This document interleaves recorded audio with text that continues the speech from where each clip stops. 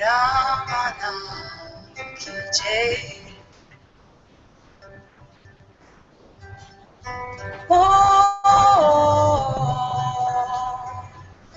Arunachala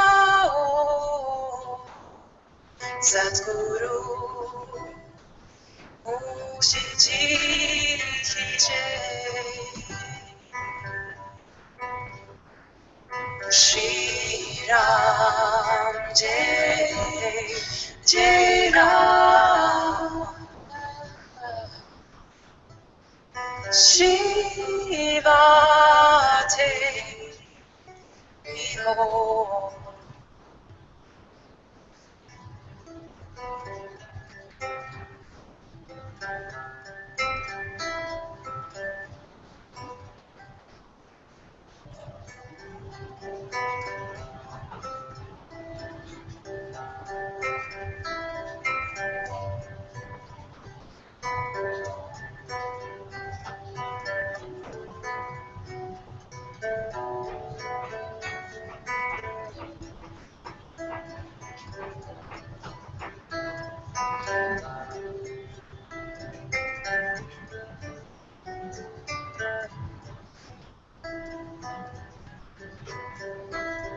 Though if I make believe that this house belongs to me, with walls made of stone and doors made of steel, and there is no doubt that it would crumble. Get caught in a tornado that never seems to pass. But how could a storm destroy what's nothing? And what would it leave behind except silence? Oh, Bhagavate, oh, Sadguru Ramana ki jai. Oh, Arunachala, oh, Sadguru Mujiji ki jai. Shri Ram Jai Jai Ram Shiva Te Behold. Shiva Te Behold. Muji Te Behold.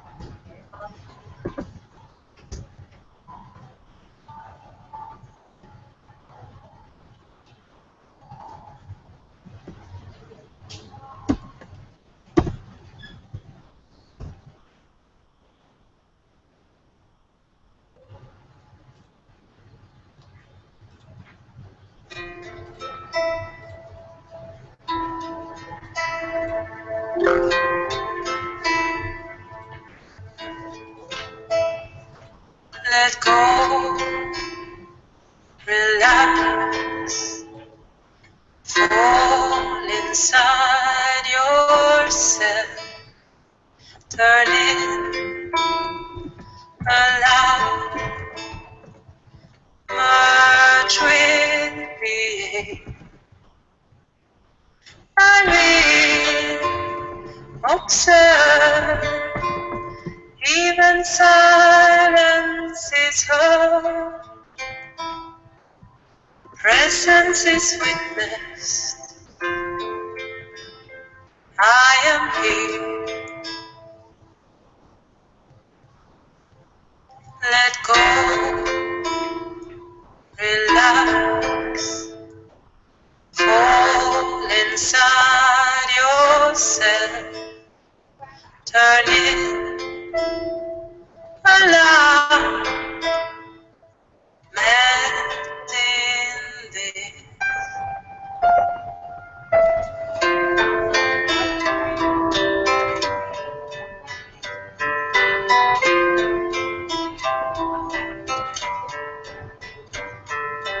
What brings attention to rest? Where have you always been? There's no you nor I here, no inside, no outside, no future, no past.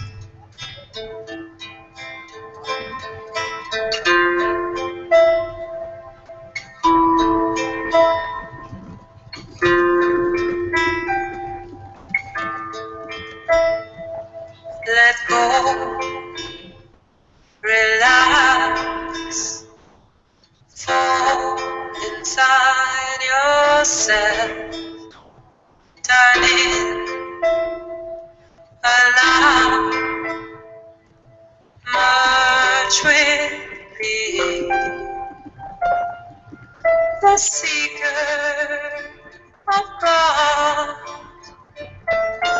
vanished in this space, and the I alone remains. Let go, relax, rest within yourself. Turn in, allow, merge with being. Dive in, observe, even silence is heard.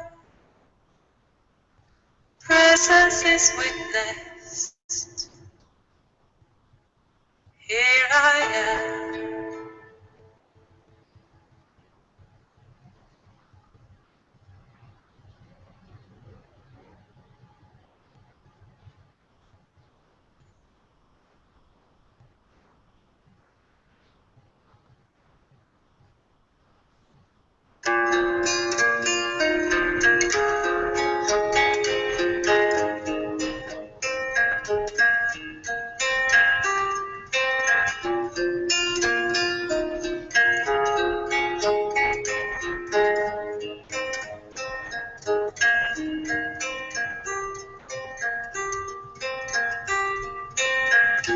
One wish, one prayer, one reason I'm here.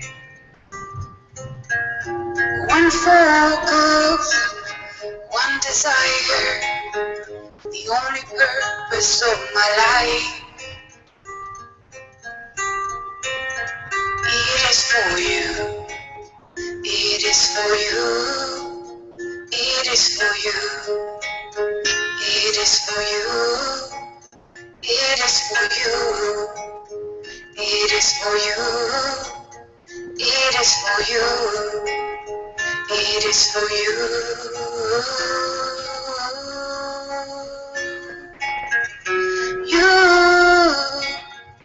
you.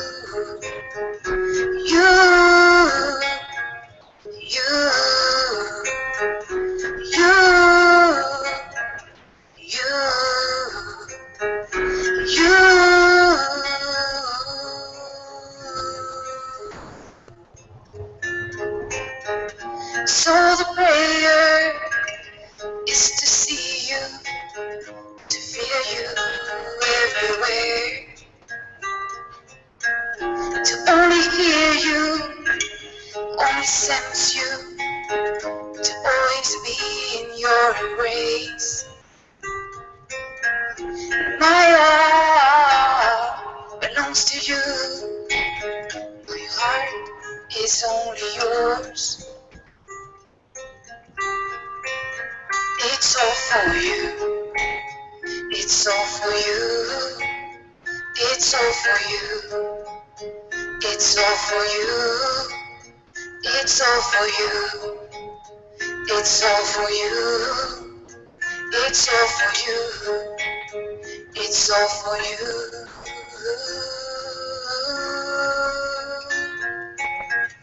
You, you, you, you, you, you, you.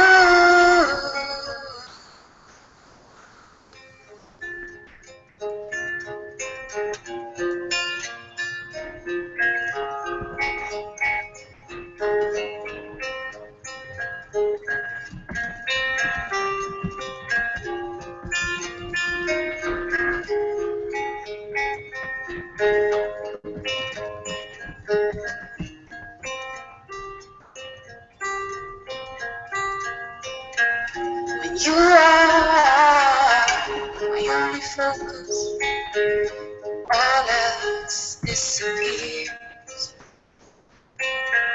And I die in you. I is no longer here. There's only you. There's only you. There's only you. There's only you.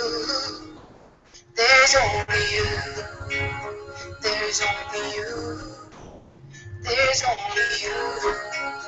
There's only you.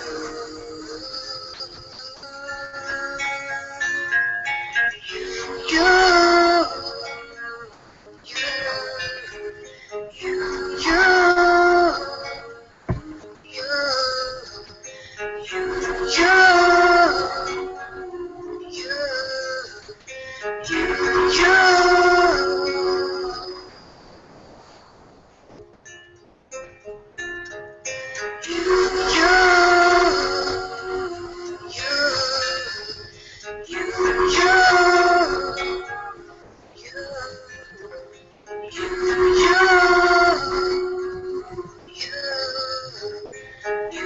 You.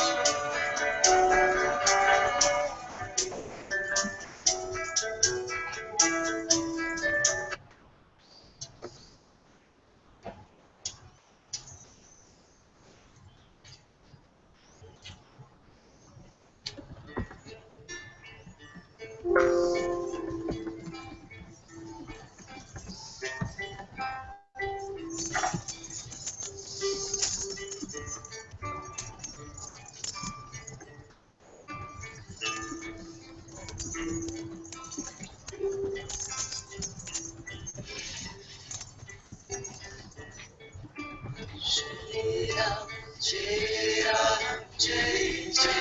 Ram, Shri Ram, Jai Ram, Jai Jai Ram. Shri Ram, Jai Ram, Jai Jai Ram. Shri Ram, Jai Ram, Jai Jai Ram.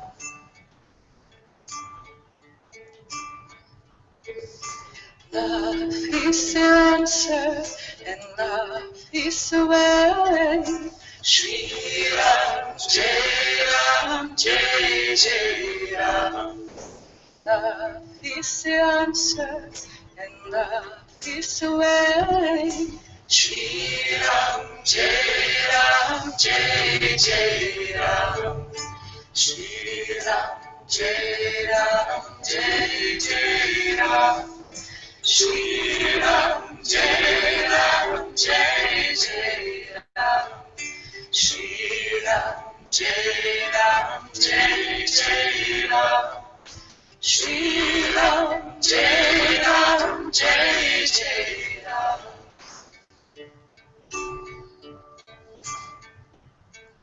Silence is the answer, silence is the way. Shri Ram, Jai Ram, Jai Jai Ram.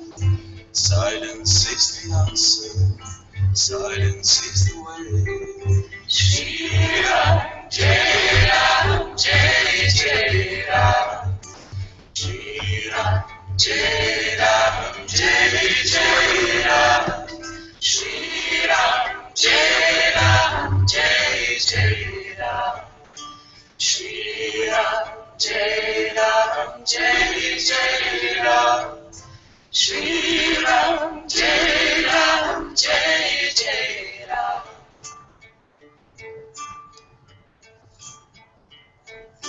Trust is the answer and trust is the way. Shri Ram, Jai Ram, Jai Jai Ram. Trust is the answer, trust is the way. Shri Ram, Jai Ram, Jai Jai Ram. Shri Ram, Jai Ram, Jai Jai Ram. Shri Ram, Jai Ram, Jai Jai Ram. Shri Ram, Jai Ram, Jai Jai Ram. Shri Ram, Jai Ram, Jai Jai Ram. Yes, it's the answer, and yes, it's the way. Shri Ram, Jai Ram, Jai Jai Ram. Yes, it's the answer, yes, it's the way. Shri Ram, Jai Ram, Jai Jai Ram. Shri Ram, Jai Ram, Jai Jai Ram. Shri Ram, Jai Ram, Jai Jai Ram. Shri Ram, Jai Ram, Jai Jai Ram. Shri Ram, Jai Ram, Jai Jai Ram.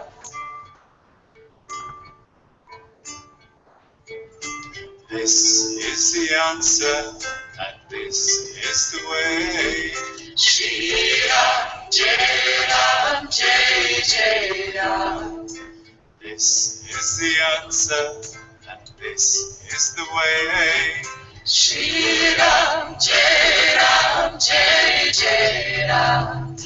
Shri Ram, Jai Ram, Jai Jai Ram.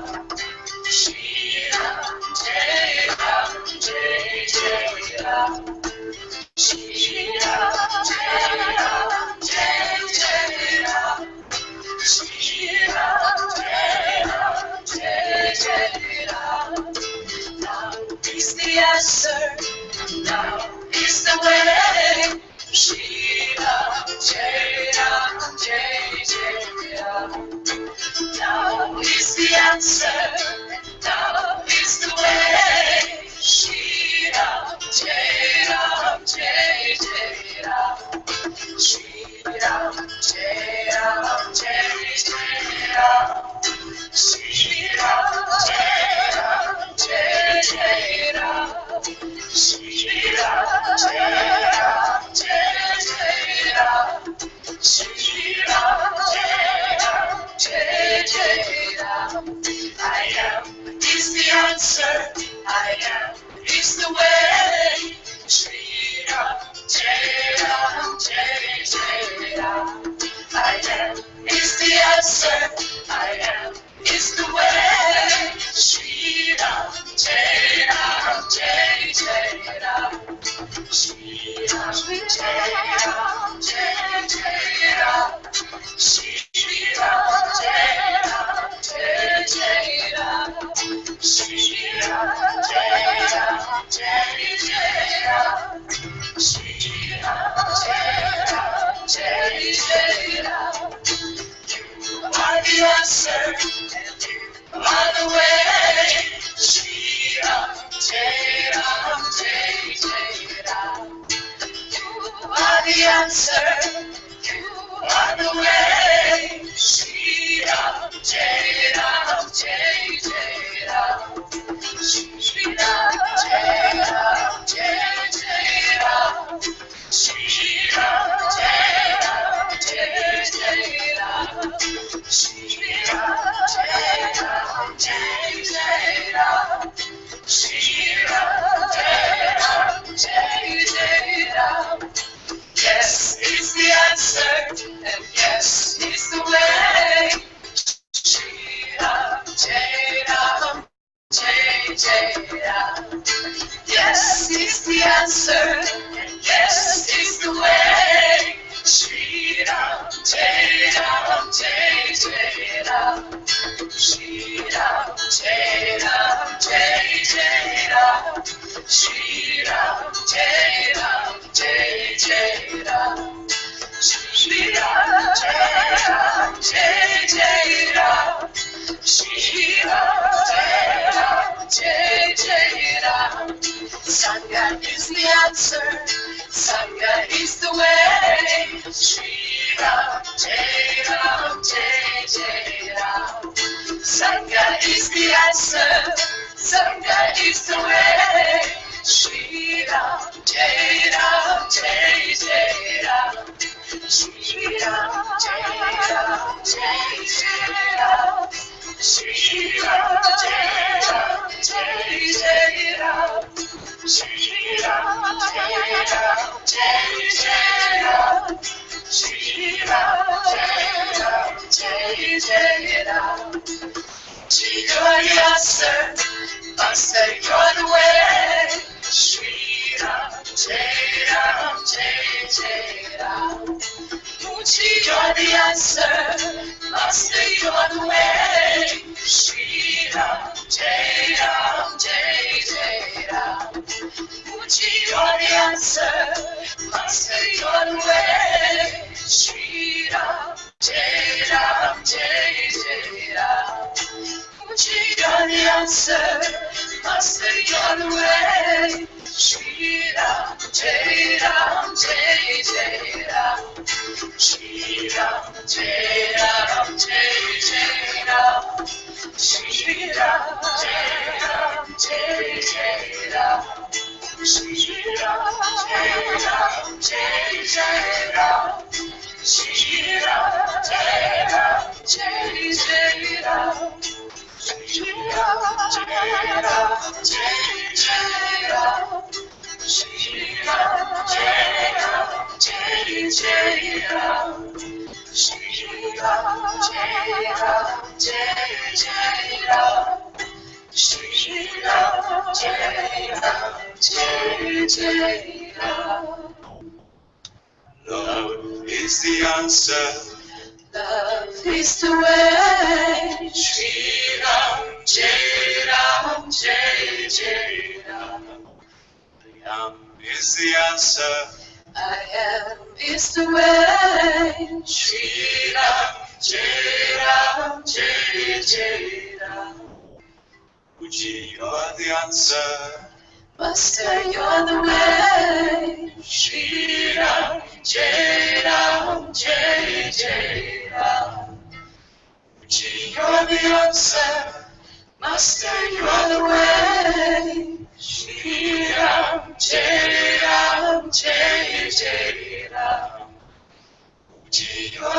answer.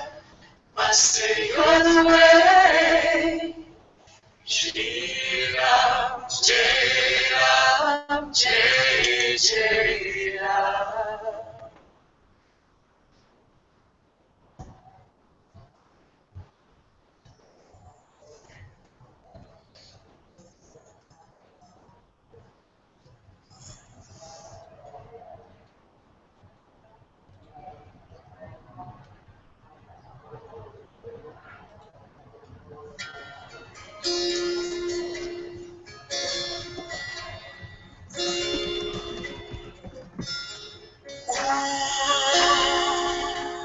My love, my darling, I've hungered for you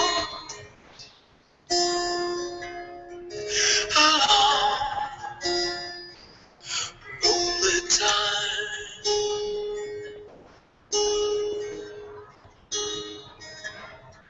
and time goes by so slowly. And time can do so much. Are you still mine?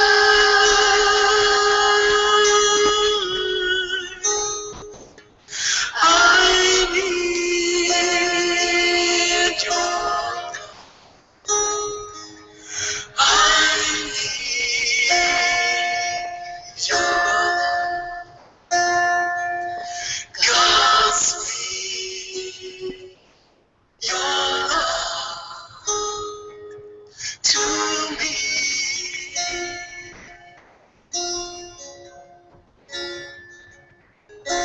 Lonely rivers flow to the sea, to the sea, to the open arms of the sea.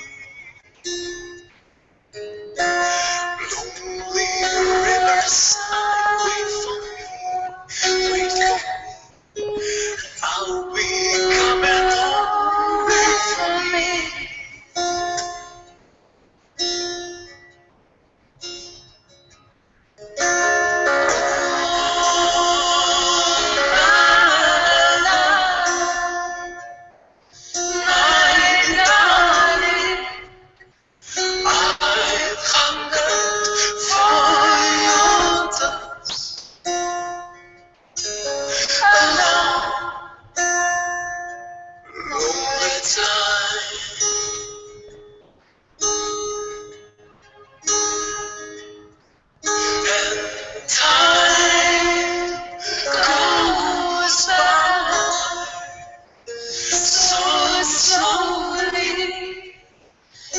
Time can do so.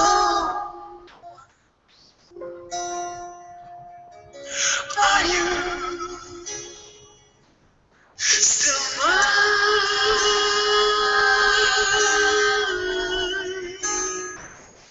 I need your love. I need your love. Godspeed. Your love to me.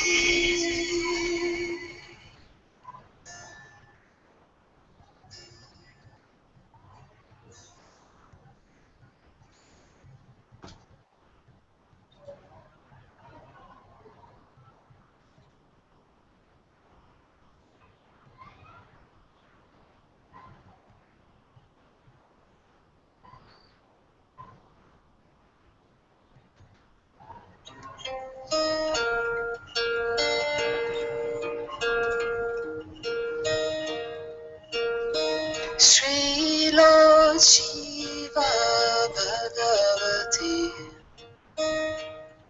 Sri Ma Durga Bhagavati Sri Hare Rama Bhagavati Om Shri Hare Hare Hare Om Shri Hare Hare Hare Shri Hare Krishna Bhagavati Shri Siddhartha Bhagavati Shri Lord Christ Bhagavati Om Shri Hare Hare Hare Om Shri Hare Hare Hare Shri Lord Shiva Bhagavati Shri Ma Durga Bhagavati Shri Hare Rama Bhagavati Om Shri Hare Hare Hare Om Shri Hare Hare Hare Shri Hare Krishna Bhagavati Shri Siddhartha Bhagavati Shri Lord Christ Bhagavati Om Shri Hare Hare Hare Om Shri Hare Hare Hare Shri Ramana Bhagavati Shri Punjaji Bhagavati Shri Mujiji Bhagavati Om Shri Hare Hare Hare Om Shri Hare Hare Hare Shri Lord Shiva Bhagavati Om Shri Hare Hare Hare Om Shri Hare Hare Hare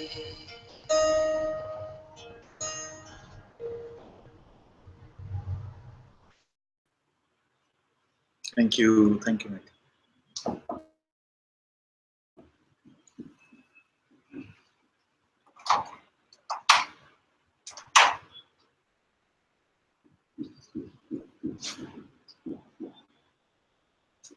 Namaste everyone. Very warm welcome to Satsang today. Sadhguru Shri Mujiji ki Jai.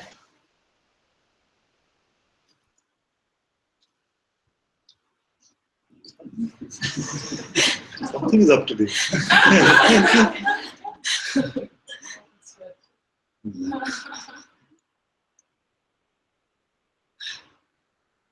There's a special occasion besides. Your birthday is in the evening.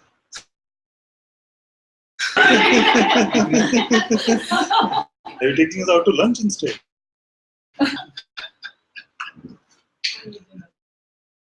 Shamit can buy lunch.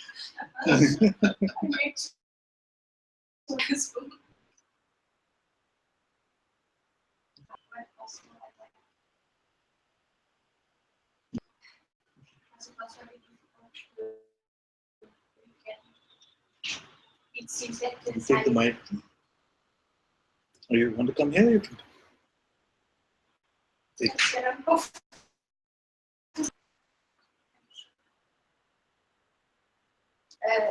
Well, it seems that anxiety on Saturday more than usually.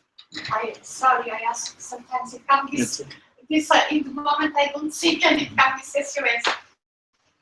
And it's interesting because I was feeling, I was trying to have some money and giving me money, and in fact there are some problems with my card. But anxiety was kind of like, I need this money, I need this money, I need this man, and I was like in the street because the pain was so strong. Also, way of extreme anxiety that something came, saying I cannot bear this anymore.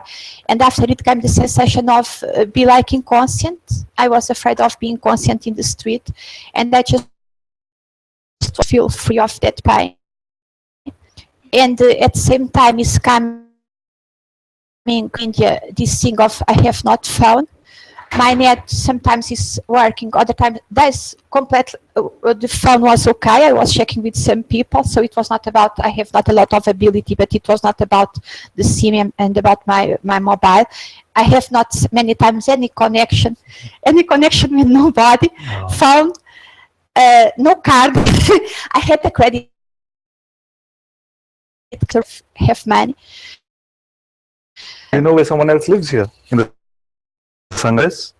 What? Do you know where someone lives? Do you know where Adam lives? Do you know their house? I could talk a certain point which but you know where they somehow live. Something is taken care in these situations. Yeah. No, but just practically speaking, yes, if your phone is not working and you have no because if I have not connection, I can ask someone to use their phone and to talk to someone. And I have also helped to book the tickets for the retreat because right. And it was this thing, I have not money enough, all this thing like tight. And I was feeling I cannot continue living that like each day is a big five. No. And after, it came like some relief of the anxiety. But something is, there are some anxiety about letting go. And it comes like a big sadness. And I don't know if I want that sadness or if I don't want, because it's coming that I cannot, I must pretend, I'm perceiving that this or interpret, or no further, that this anxiety was a pretend. I don't feel body, no connection with nothing. And I'm so exhausted of this thing, or I pretend to be a good person, or I pretend to be the bad guy. Because I was coming here in rickshaw and it was coming this need of be fight with someone, but it's the same kind of pretend to be nice and pretend smile and I'm so happy and so helpful and so mad. I'm so tired of because you didn't look pretend at all. That was very good. Yes. But sometimes it's difficult because people talk to me and I don't know what to, it's not coming answer, nothing. And I was not in life, I could not be like that. It's coming a lot of memories of depression in my childhood. Yes. Now you can be like anger, that. In fact. Now you can be like that. You can be completely spontaneous. Whatever is coming in the moment, you can allow that to come. And you don't have to pretend to be anything, because many of this conditioning of just being very nice, you see, too nice, or too angry, nice. But also or too angry. Yes. And this thing of connection somehow I perceive it. But why I want to connect so much? Yes. Just to feel alive. And my PC is not working, and games I was doing in my home to the competition games that I don't like. It's just a way of not feel the sadness inside. And I don't feel to laugh, to go with nothing, to just to be alone. Very good point, because but I cannot laugh. Our attempt to try and connect people is, I want to connect to this one, I want to connect to this one, I want to connect to this one. Also with you, I don't feel so connected with Father. And I know, also with you, I feel connected by trust and by this perception that something that is connected with you is taking care. Not by love, not by this. Only to your being. You're connecting only to your present. You don't have to try and connect to anybody outside. You see, our connection is at that level. So if once you connect with that,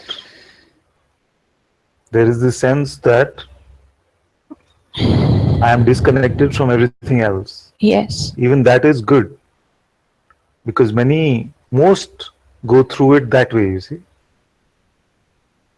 We are connecting first as people, seems like we are disconnecting for a long time.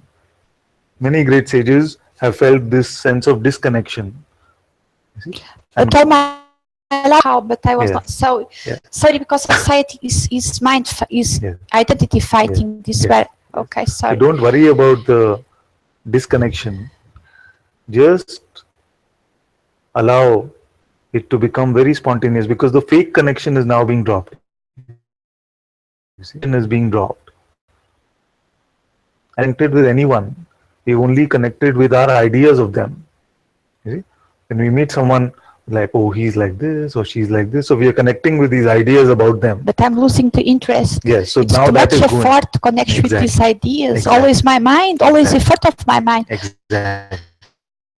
In ideas of Very persons, very so many persons in just one mind, so exhausted. So this exhaustion is very good. So we drop all other mental concepts, even our ideas of another are dropping, you see. So even if it feels for a while that you're isolated, Also, it's too much difficult, yeah, and to be in the body. but allow that to happen. There is no trouble in that. And then, as being is just being, the connection is with only being, then you will find that nothing is truly separate from being. You see? Then instead of trying to connect, you will find automatically all of us, this entire appearance is already connected at the level of being. So no work needs to be done to connect. And then it becomes the simple universality of this one appearance. If we're still going from the level of ideas, no, I should be nice, I should connect, I should be like this, it's still the role play, no? So we're dropping the role play now. And more authenticity, more spontaneity is coming. Because where I am spontaneous, I cannot be feel so hungry, but I cannot be nice. This person is too much sad. Yeah. I don't even mind about not understand enough English. I don't even mind about this. I'm not interested in this moment in nothing. Yes. It's good. But it's so difficult. It can feel like that. I was talking to Amaya. Oh, it's so difficult to be in Satsang. Okay, fine. Continue killing me. Thank you.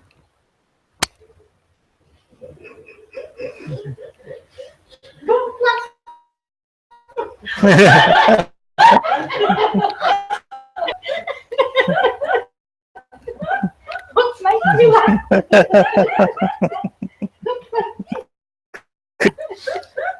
I do not go to your party.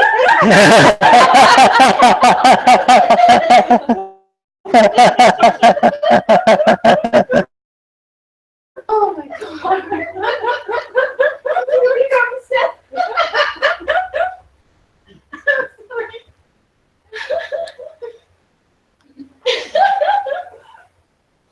With my daughter upset with me, then I would just tell her, why can I see a slight smile on your face? Don't smile. Don't smile at all. And then you try, when more you try not to smile, smiling. You say don't laugh, then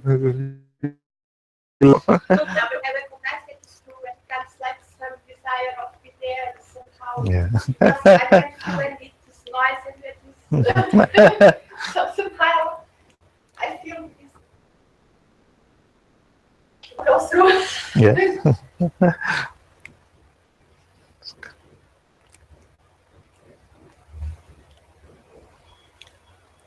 Okay, Devi wants to come. Devi can come.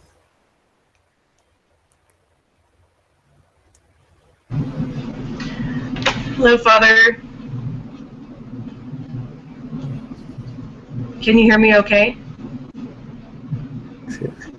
You can hear me? Yes, very well. Oh, there must be a lag. Okay. So I realized the other day that I've never allowed myself to come onto the hot seat. And whenever I've talked to you, it's because I've had an immediate problem right then that I needed to lay at your feet or whatever, and I'm always crying, and then it's gone, and I rush off out of the hangout, and I don't stay. So I decided the other day that I was going to come and just not worry about how long I sit here with you or anything like that, and just to sit here. And I wanted to thank all the Sangha members that do come up and talk to you so often, because I really do take everything they say, and it applies to me as well. So I think that's one reason why I don't come up, because it's already happening for me. And then today, with editing your book, and a scene came, and I posted it in the heart altar and on Facebook, and I wanted to come because I wanted to make sure that I didn't hold back and let the mind come in and create any kind of ego about it, or let it take over or take credit or anything like that. And it was it's so important. What I saw today was just, I think it's been a lot of what you've been talking or trying to stress to us about the difference, or the lack of difference, between the I and awareness. Just to overcome the fear of admitting that. And so I'm kind of glad that that came up today, because it's a good reason to come and sit with you, if that makes sense. Very good. Very good. So it was very beautiful what you posted also. My question to you now is, when we say, what do we mean? Did you say it again? You cut out right as the main word cut out.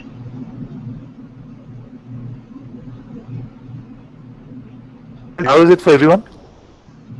Well, you cut out. Can you repeat what you asked? Yes. The voice is breaking. The question was, when we say I am, really mean?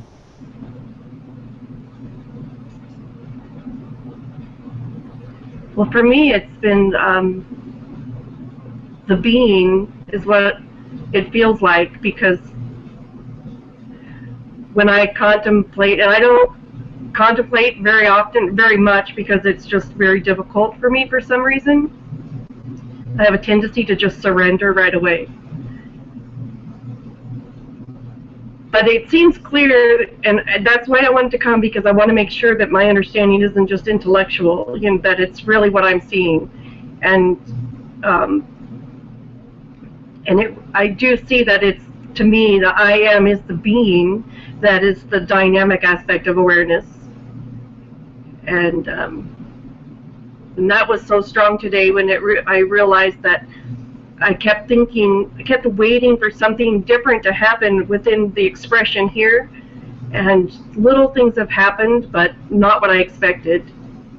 And it dawned on me today that maybe awareness, maybe this is the expression of awareness, and I think it's supposed to be different, but it's because it feels so familiar. Am I confusing?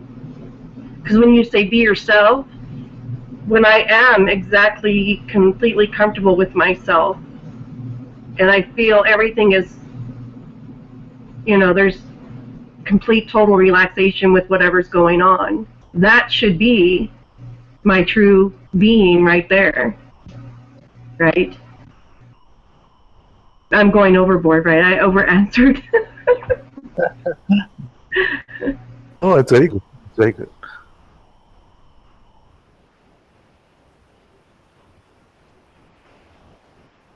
I feel to say to all of you also that there is nobody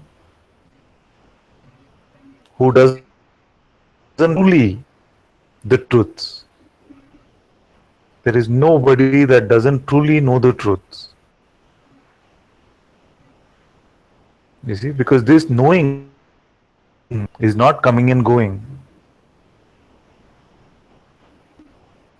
You see, this is constant.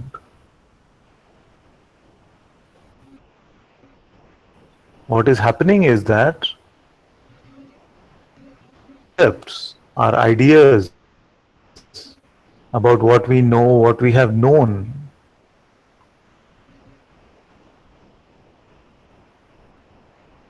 have made us we don't know the truths because we know these concepts. But actually, in reality, knowing of concepts unless you were to first know yourself. You see, because who is that knows a concept? The non-existent one cannot know anything at all.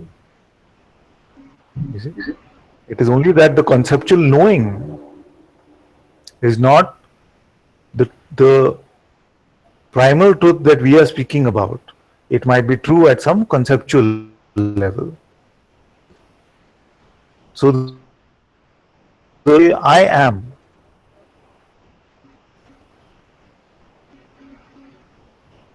the knowing that I exist must be present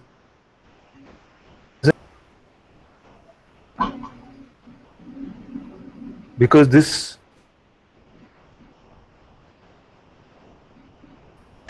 is not just concept. Concept means that it can be argued with, and based on who has the stronger argument, the concept can change. But there is no basis. I cannot say that I am not true because it is experienced clearly here.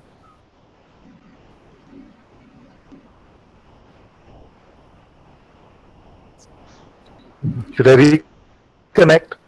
Okay, maybe I reconnect to that.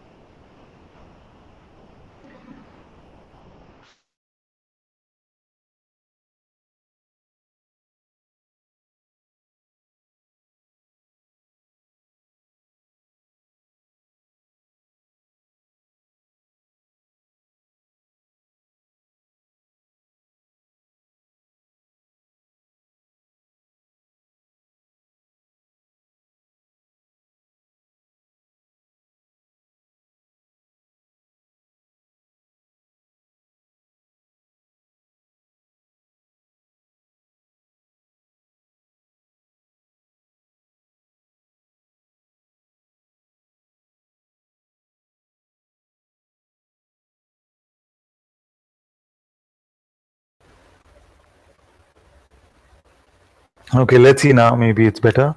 Not sure. Is it better? Mm-hmm. I can hear you better. Very good. So really, and on the weekend, some of you have been messaging me, and we've been chatting. Where there's this sense that know anything at all. Even in this not knowing anything at all, is any of you able to deny your existence?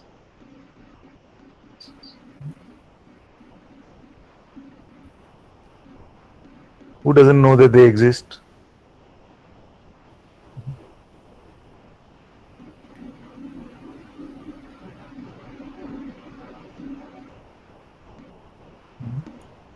Krishna? Do you know that you exist or no? You see? So whether something else is known or not, there is something mental or not, can we really say that I don't know whether I exist or not? We might say I don't know whether I exist as something, or what it is that exists, I don't know. You see, we can say these kind of things. But to say I'm not sure whether I exist itself must happen within your existence, isn't it? If you don't exist, then even that reporting cannot happen. Or I can't have this feeling of existence identical to that a dream character having a dream with this. Yes, same. Same. It's the same existence. Wasn't that a illusion? That's what I'm saying. Same. He says, isn't this sense of existence the same as a dream character also having the sense that it exists? It's exactly the same. Then he says, isn't that an illusion? And I say, yes, it is exactly the same. To say that is the only truth I can say is also not true. Yes. That's what Baba, that in this realm, at the best we can say is that I am, but ultimately even that is not true. You see? This is exactly what you're reporting. But in this realm, now, as what can you say I am not? You see? From which perspective, from which position can we say I am not?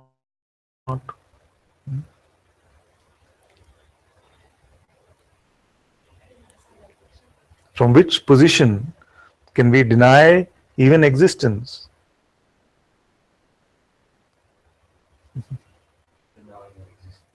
Then that knowing of existence itself,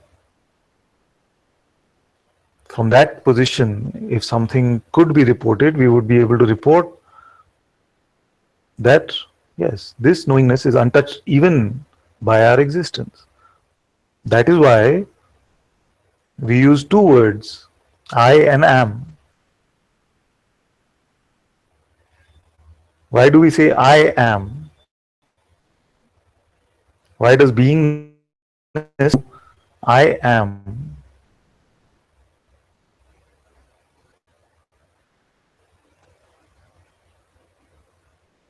When we speak of most things, they are just those things. How many are with me? When we say glass, we don't say I glassiness. No, it's just a glass. You see? But when we say being, then why do we say I am?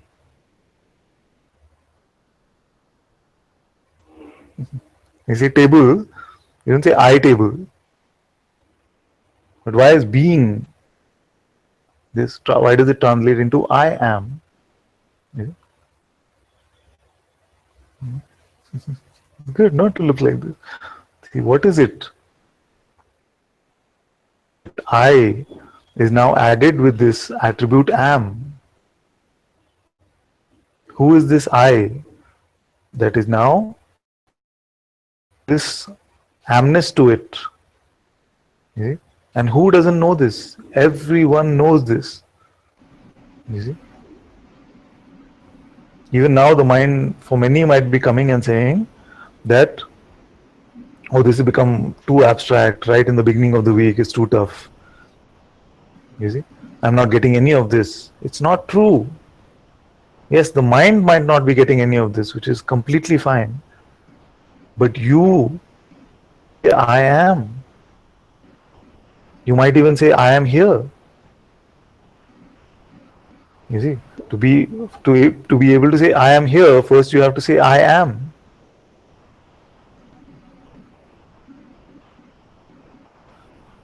So we are just talking kindergarten stuff, actually. Very, very simple.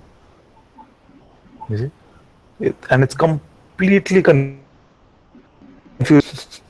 You see?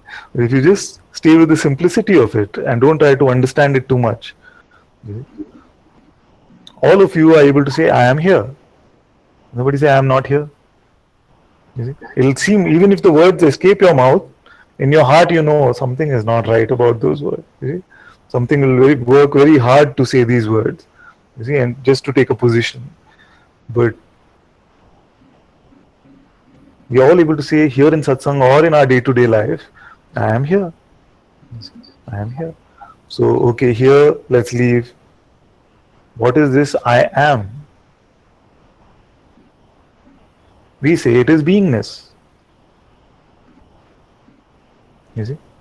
But why does this beingness translate to I am? Why not like any other object? You see? Table, computer, chair. You see, when we say chair, we don't say I chair, computer. Ultimately, maybe we'll get there. But right now, what is it? What is this I which has this attribute am?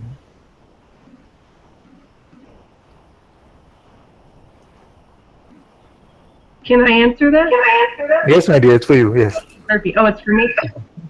Yes. Well, it feels like it's awareness announcing itself, Yeah. because when I contemplate on awareness, there's no, there's just silence. Yes. So, what are you saying? Are you saying that this I is awareness? Yes, I is awareness. yes. How is this known? Because there's no other answer that I can find.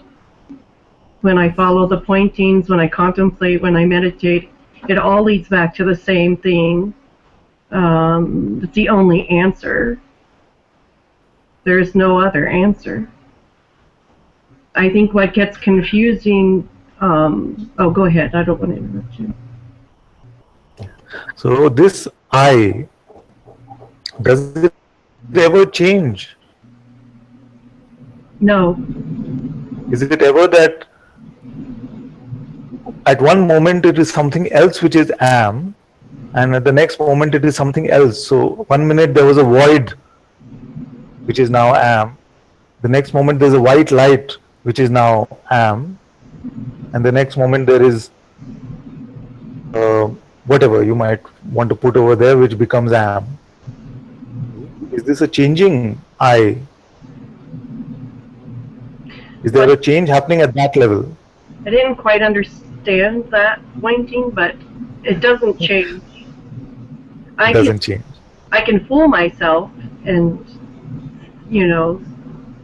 get it back into the person role, Yes. take things Yes. personally and forget, but it doesn't change. That's just Yes. like Yes. costume. So this I am,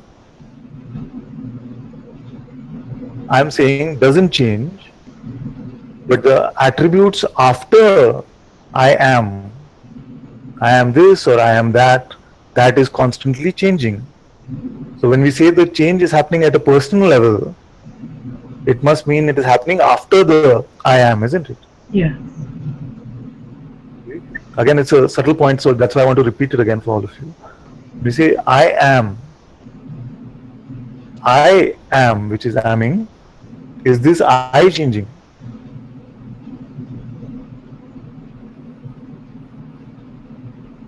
This question. So this I that we are referring to, is that changing in any way? Do we signify different things when we say I am? Could we sometimes be signifying this sense of a void, sometimes a sense of some light, of a body, which is I am. Irrespective of any other state, this what we're referring to as I am. Firstly, this I that we are referring to is amming as I say sometimes, this remains constant. Yes? See this?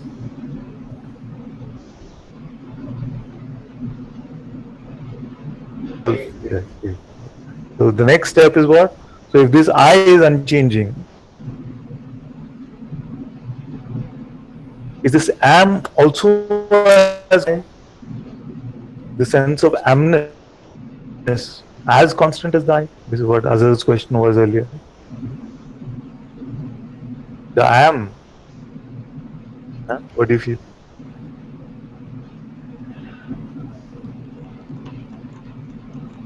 Yes, that's what. So this question is this. So is this amness, you see, as changeless as I itself?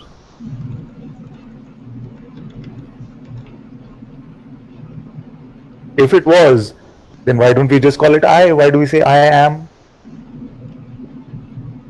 If it was just the same as I, changeless, then what would be the distinction? There would be none. So you see that this sense I am present in sleep state. It is present in waking, is present in dream. So we cannot say being was there, and yet we cannot say I was not there.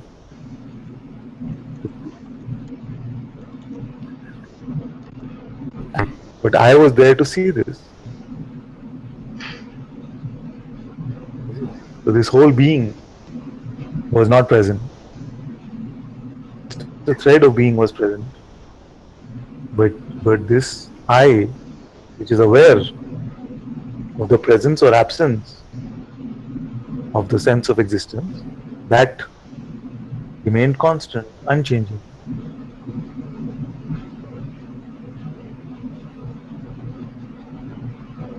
Then we see that this I is the ultimate truth,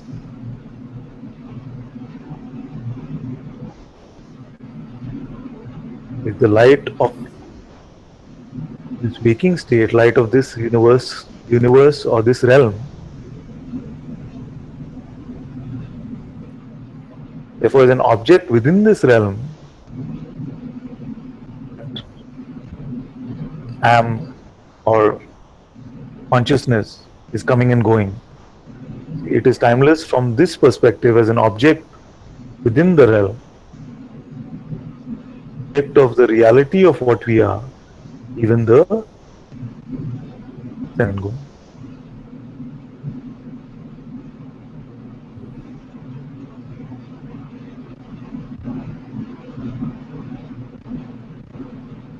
Therefore, if there are times where only I remain, this am be made of? If we have experienced times where only I remains, only this awareness remains, therefore this beingness must be made of what?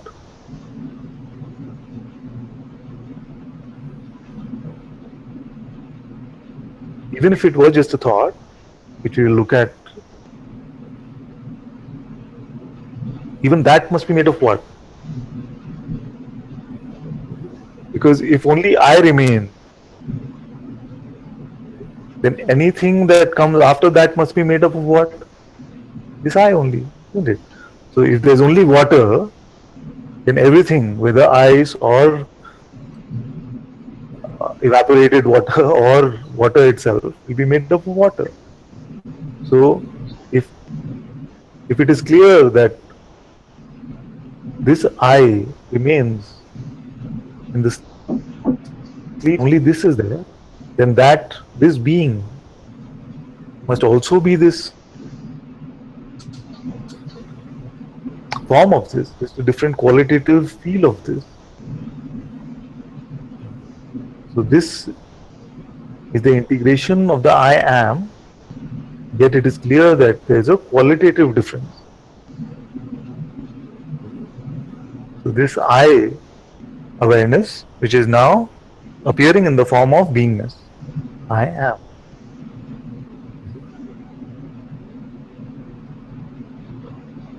This is the substratum for all phenomenal experience. We cannot have experience without the sense of being. Now, when this being gets together with the power which comes called attention, then all these various objects in the phenomenal realm, whether seeming inward or outward, seem to appear and disappear.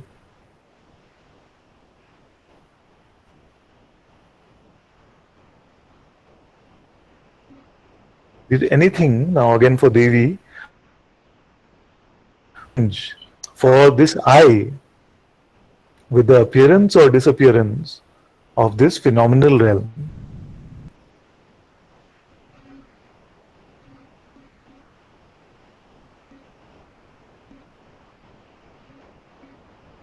Can you say that again? Were you talking to me? Yes, I said, does anything change for this I with the appearance or disappearance of the phenomenal realm?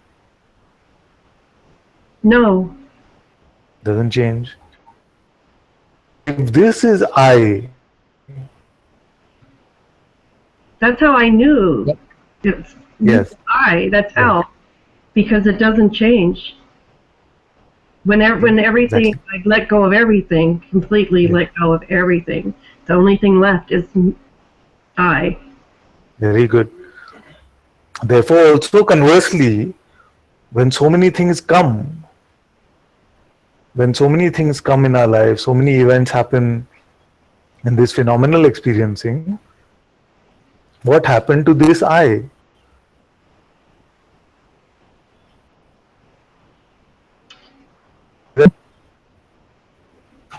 Yes, isn't it? Isn't it our experience? Say it again. I'm sorry. So you say, when I let go of everything, then this I remains, isn't it?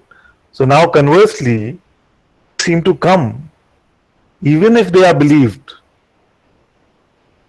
even if they are believed to be true. Does anything happen to this I?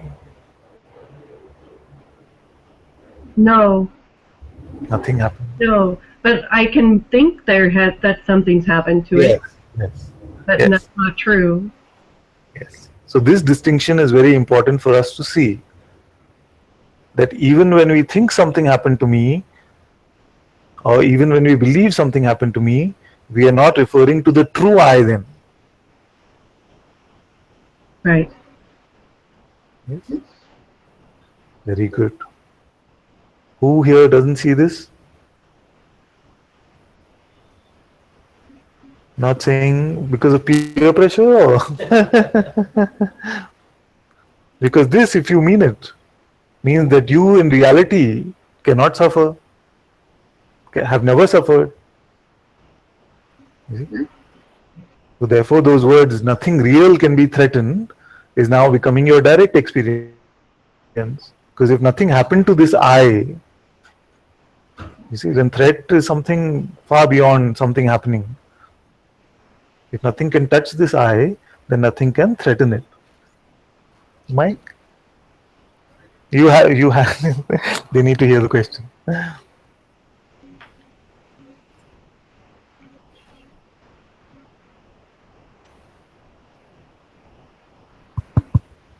Yeah. So this I it logically step by step it does same, but the experience of the day-to-day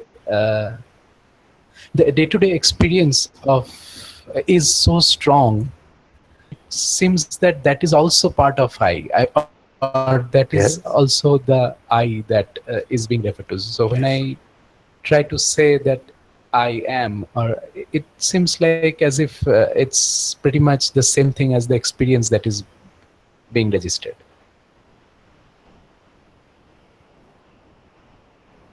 This I am.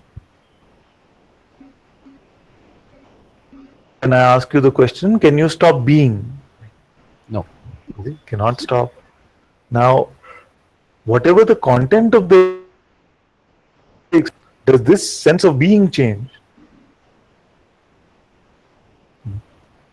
So this being is unchanging. You see? If something appears, okay, let's take an example. Let's say that a crazy woman comes now here and she starts like random things. You see? Will it really affect you? It would affect from an external sense, yes. From this external sense. But if Radha started behaving like that,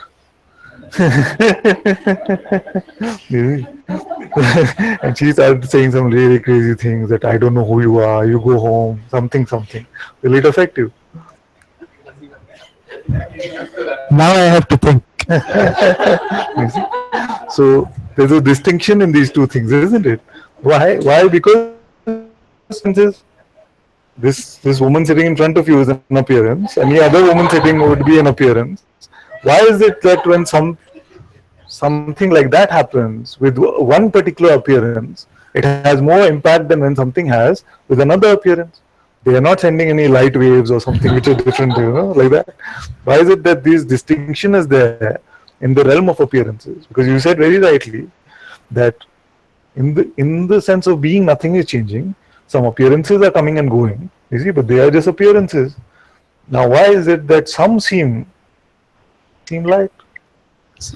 I would look that the experience involved with that appearances are different. Yes. Experience involved means what? Well, so for example, the experience I have with her is different than the experience I would have with someone else, and that is true for like any other appearance. Yes, but what do you mean by experience? So experience, yeah, just the perception of interactions, this, that, those kind of maybe daily experience, maybe memory, yeah. Because there are memories of something, you see. There are memories of various things. Yeah? We've had many things which have been constant in our life for many years. Do they all have the same impact on us? No. You could also be meeting, you could be seeing some people at work. You see, there could be a receptionist in your office, there could be your fellow staff members in the office. You might see them every day. That's Maybe sometimes we are longer at work than we are at home. That's and we still see them for long periods of time. You see, so memory can be there. Yes. It still doesn't truly answer the question, what is the distinction? Why is it that something that would be different from something that somebody else, some other appearance would do?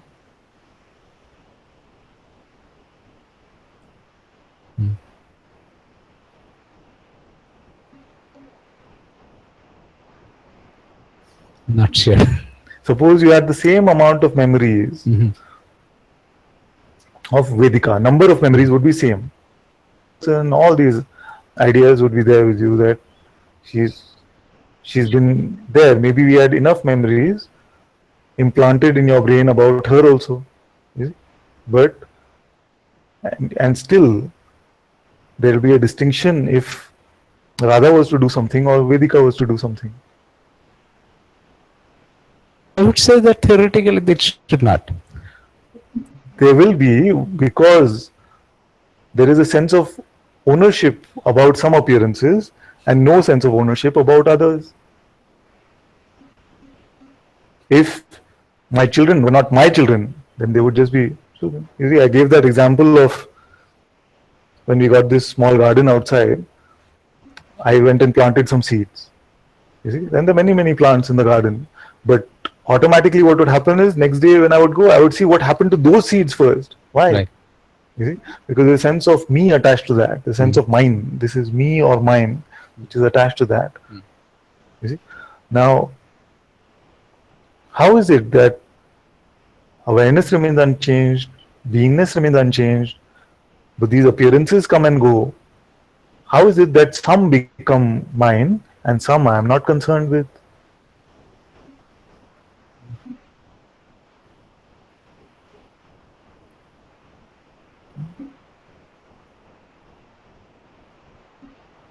attachment is definitely there. Attachment.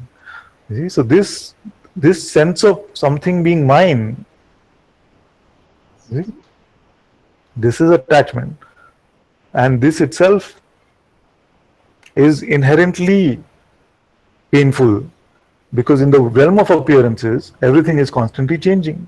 You see, so when we say something is mine, then we are trying to attach to something which wants to change.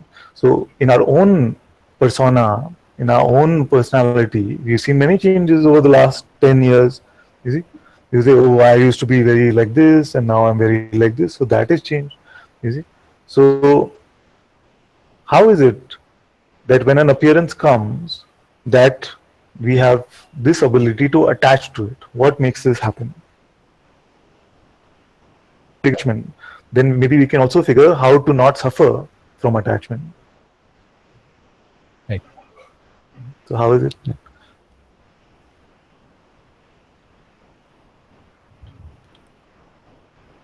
So, so I would say that the attachment is with the idea of a persona. Idea of the person. Very good. So idea means we are in this Yes. phase now where I'm questioning and drilling down on everything. Yes. So what does an idea mean? So, idea is a mix of what I saw years ago Yes. and what I thought I would expect years ago, or something like Yes. that. Like a mix of expectation and what. Yes. So let's take a simple example. So say some new one who walks in the door right now, and he comes in the door, and the idea comes, nice person. Seems very easy. Or the idea would come, but so nice. You see, are we the creator of this idea?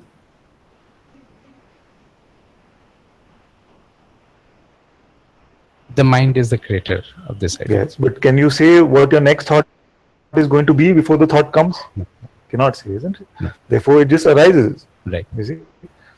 Now, mostly in our lives and mostly in the world, what has happened is that these ideas have come of certain appearances, and we really have no way of telling why it came with some and why which ideas come, but they have been believed to be true when they come.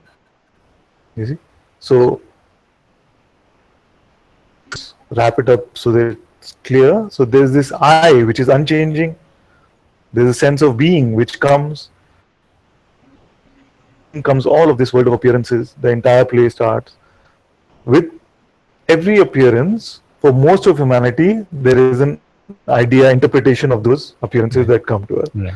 You see, when these ideas are bought, these thoughts are bought, then the capacity to call them mine is there. You see, that becomes an attachment. Now, this anything that appears in the realm that we call me or mine, you see, that has the potential to cause suffering, because we've seen that this realm is a changeful one. It's constantly changing. You see, even if we try to keep it completely constant, one day, you see, so that which we say is me or mine, that must go one day. Sooner or later is going to go. You see, so what should our approach be if we come to a point that living a life of suffering is not what I want? You're the only one who's in the last 3 years of satsang who's told me that I actually have no suffering. So maybe for you that impetus is not there. You see? But mostly they'll come to satsang and say that a life of suffering is not what I want. So how do I be free from this sense of suffering?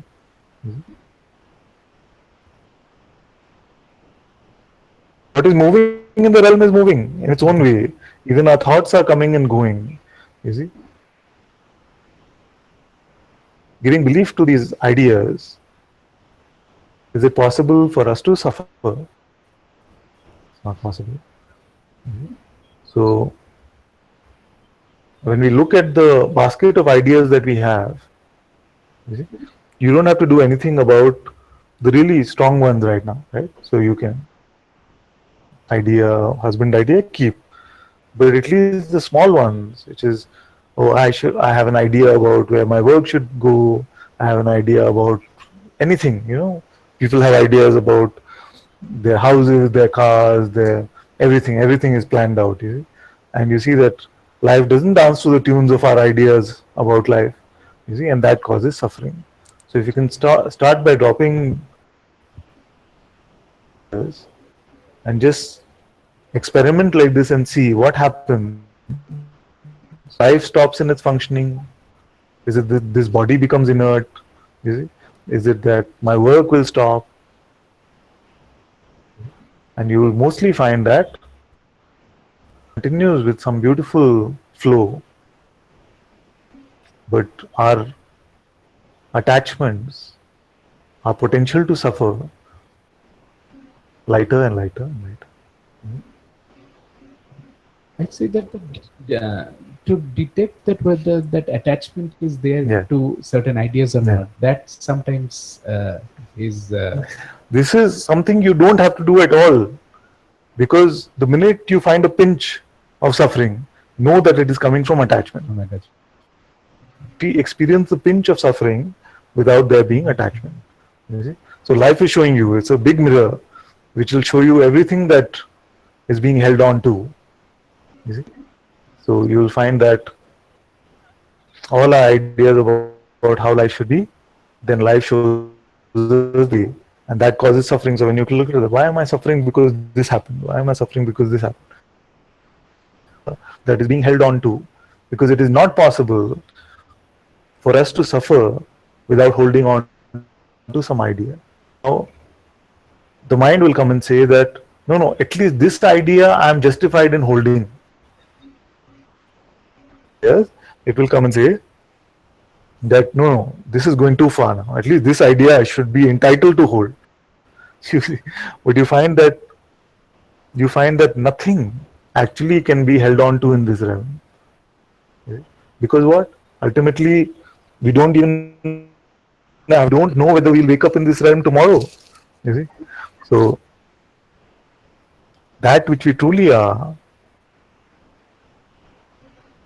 remains unconcerned with the movement of this world of appearances. Okay? That which we are presuming ourselves to be. Okay?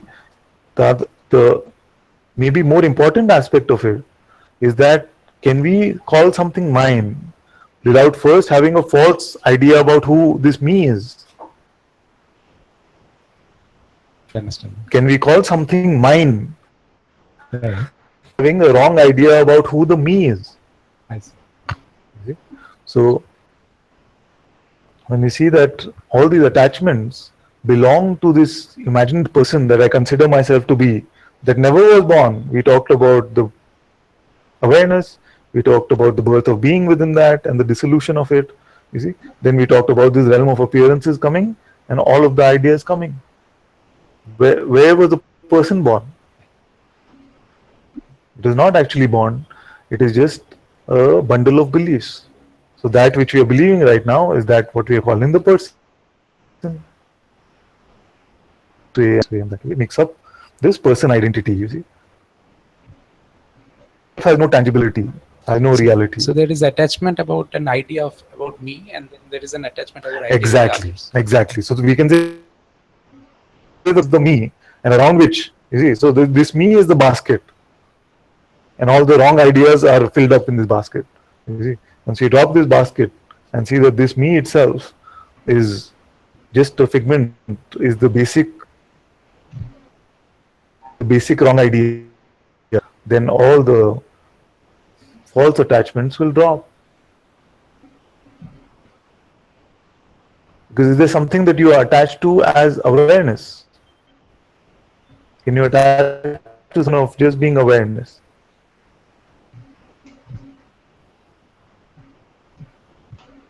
Cannot. Can we attach to something as just pure beingness itself? Can we attach to something? Not possible. So first we must be attached to the idea that I am something for then to say this is mine.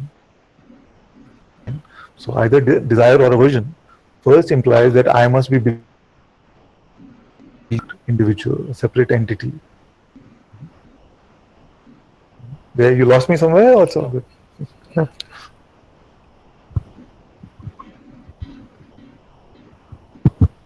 Father, isn't it how this play is supposed to happen that Yeah.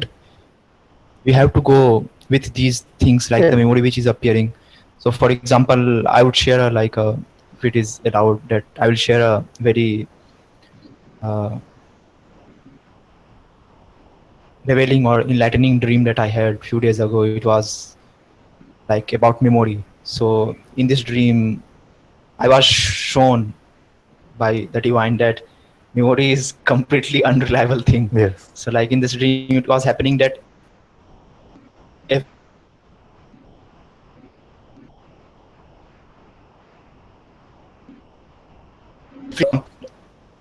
wrong, and like we all have, Yes. but so like it was ups and downs in the dream was happening. I was running and like I did some crime and police Yeah. were chasing me, Yeah. and some of Sangha members was also with me in the crime. and and finally So police you caught, and some Sangha members committed a crime. so and finally police, Was I also there running with you? no, he was not there, and finally police caught us, and she was also there. See, And we were inside the prison, and then I saw Zia was in some social service. okay. She She was an social NGO. service NGOs. She was with an NGO. These two were in prison, and she was in a charity. She used to bring foods for the She prisoner. used to give food to the prisoner. All these things were happening, and while we used to have the memory of like what is outside, and we Exactly. have to go and save the world, something like this. So all these stories were happening. Like the dream was changing very frequently, and the moment it comes, it feels like it has a whole lifetime memory with it. Exactly. And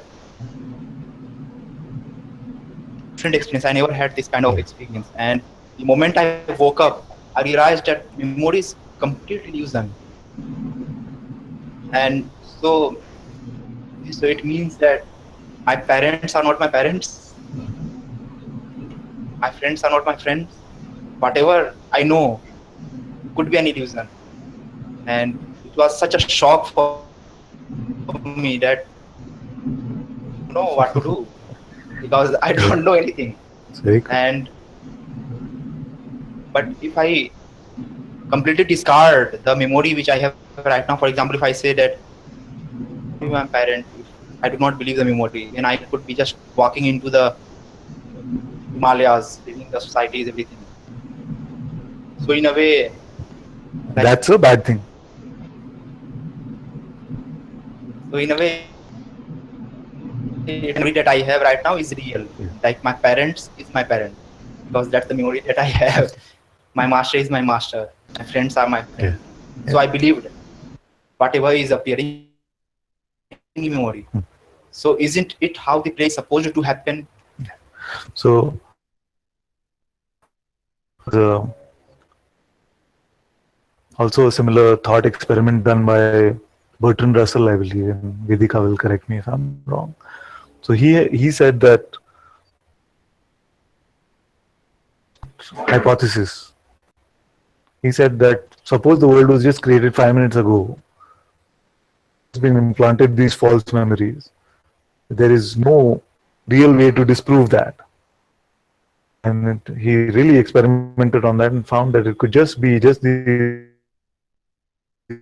Now, given that this is the case, conclusive way to prove something really happened, memory is projecting it to have happened. Given that it's not conclusive, what is the best way to conduct ourselves in this, isn't it? Because you say that if I just treat it as some sort of false memory or something like that, then my parents are not my parents, my master is not my master. So is it that that is the way that we should carry about our lives, or is it a conforming way that you have to carry about our lives? Is it? There is no right or wrong answer to this. You see, because even the carrying about how life is happening, there is no individual doer of that. You seem to be implying that because this is known now, therefore I can decide to go to here, I can go live in a cave, I can not talk to my parents. You see, but even this movement, you're just watching. You see? Just like the memories are just illusions which are being watched. Even this something that you're watching. So, like Father, event to play. Many would Father, can I come in? just wait, please. We are finishing this one. So, just like you might find that you are saying no, but this is the right thing to do. My parents are still my parents. My master is still my master. There might be others who there are no parents. There is no master. All of this is just Maya appearing in front of me. Isolation. You see? No right or wrong. Those, you see, there is success bias even in those things actually. So those like Bhagwan and Buddha, we hear about and we say, oh, they were great because they realized the Maya of all of this and went and lived in isolation. But there are many who went and lived in isolation but didn't really come to the end dropping of this me, you see. Being carried about whether it was living normal day-to-day life or living in a cave. As long as this me is not renounced, it doesn't matter whether what kind of other renouncing is going on. So both the possibilities are open in our life. You see, there are some who have, okay, this might seem very strong and we might get a YouTube ban. Prince is coming. So there are many who have seen that this life has no meaning. You see? No purpose, no meaning, nothing at all. And they have said that, therefore, my only true contemplation with that at all, but they have come up with this question saying that my only true contemplation then is that why should I continue in this meaningless life? I just end it. You see, he says the only contemplation in my life is this one. So,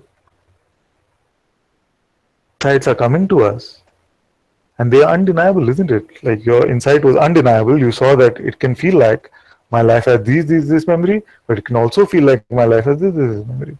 Just of the dream itself shows you that this memory is unreliable because none of that happened in this realm anyway, isn't it? So this is a true insight. Now, what part of the movie of Azar, you see, comes after that insight comes, watched and seen. This individual decision maker, which on the basis of something is saying this or that, is also part of the play, but doesn't have any real existence. Isn't it? Anil can come now. Father, can I come in now? Yes. Father, I was listening to one of your satsangs in which it was "Who am I?" contemplation, and Yes. like Bulle Shah, you were saying no. I mean, many sages they just remain here. I don't know who I am. Yes.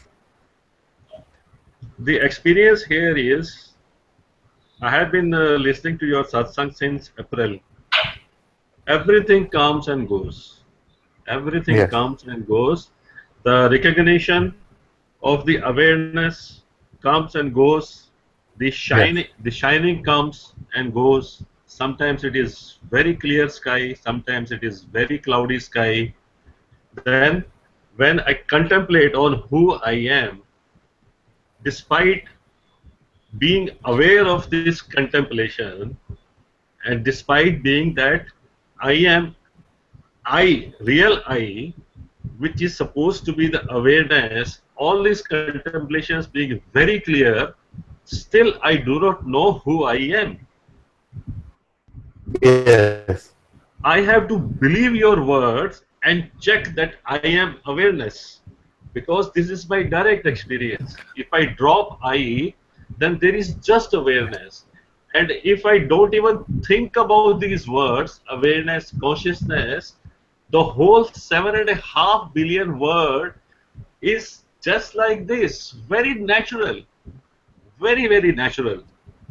It is a very natural seeing without really a need to recognize that I'm awareness. If I try to find who I am, I cannot find myself as who I am. I really do not know anything at all. I don't even know, in fact, how even the tiniest task, the simplest task in this creation, how it happens. What do I Yes. know? I don't even know actually, what is made up of Right. me. And what Yes. to talk about in this, beingness which is composed of the awareness and all these things. I really do not know anything. Yes. This is where I Okay. reach. That's very good. So let's pause here. So first you say very rightly that everything is coming and going. Everything is coming and going. It is seen clearly that everything is coming and going. Nothing is constant. Yes. Now, even to report that everything is coming and going, which is a perfectly valid report, completely true report, if this I was also coming and going, then you would not be able to make this report. You see, because the plane is moving from the perspective of something which is watching the plane from outside. If you're on the ground and you're watching this plane go, you see, so I live next to an old airport. There are so many planes are coming and going. You see, so for me to be able to say that things are coming and going, I must be outside of that. As a passenger inside the plane, if all the windows were if I could not sense the turbulence of the plane, then it would not feel like the plane is moving at all. It is not coming and going. You see? So to be able to spot that something is moving or coming and going, there must be already a seeing from the outside. So what are we really saying? We are saying that all objects in this phenomenal realm and the phenomenal realm itself is coming and going. You see? So there must be something outside of this phenomenal realm which is able to report that not only are the objects themselves in the realm coming and going, but also the entire realm seems to be coming and going. And different realms I have experienced. So we don't even know for sure whether they are coming, going, and coming back, or they're just coming and going. You see? So for this coming and going, we see that this unchanging witnessing, this awareness which is outside of the phenomenal realm, must be present for us to even make this. Then you say that so many great sages have come to this point of I don't know, and it is enough for them. They're not reporting and saying I am beingness is made up of this. They have no need for such reports, and this is completely fine because I don't know means that I don't know who I am. Therefore, I can have no attachment. You see, first there has to be an identity with the me for there to be something which can cause suffering. Those who are beyond their suffering, you see. It doesn't matter what their expression is like, whether they're speaking in Advaita or they're talking about love, or whether they're just the poor fakirs walking from door to door. If you have lost individual identity, that itself is enough to be free from suffering, you see. So this I don't know who I am is very, very, very beautiful and not to be looked down upon. You see? and we must not. So okay, so this was the second thing. A related point which you said was that you have to believe me when I say that you are awareness. You see? So therefore you must not make these kind of beliefs. You must just say, okay, he is proposing that I am this awareness. I'm giving you a hypothesis. You see? And you must validate that for yourself. You see? So don't take it as a belief. You see? You must not take it on as a belief, as an idea, because no belief is the truth. Even the belief I am awareness is not the truth, because awareness does not capture the reality of what I am. You see? So anything that I can say after I am is not true. So I am whatever is not true, and ultimately even I am is not true. You see? There is great power in Maharaj's words when he says that. You see? So must not take these as the gospel truth of some creating a new religion here. You see? So I'm not saying just accept. I've never said just accept. I am saying your awareness, just accept. No, just accept. We're not saying like that. We're saying, what do you find when you check? You see? What do you find when you check? Then all the reporting can happen, and you see that my report is that everything is coming and going. You see? But you're not making up this report. You're aware of this, that everything is coming and going. Aware of this, that everything is coming and going, is that coming and going. And you're finding that this is not coming and going. So whether you label this awareness or the absolute or the matter, that which can report, that which is aware that everything is coming and going, is that itself coming and going. And who would be aware of that if even this was coming and going? Is it possible to see or experience or even intuit something without there being this awareness? So therefore the words in satsang are not to be taken as beliefs, but just like you said, to be taken as pointers to check for yourselves. And then what to do? Correlates with what is being shared, then we can feel like, yes, this is in resonance with my direct experience. And when they don't seem to correlate, you can come and say, yes, what you said like this, you see, which is coming and going. But in my experience, it is awareness which is coming and going, but being stays. You can come and make this kind of question, and then we can look at it together. You see, then we can say, okay, so to report that being is here, mustn't there be an awareness that being is here?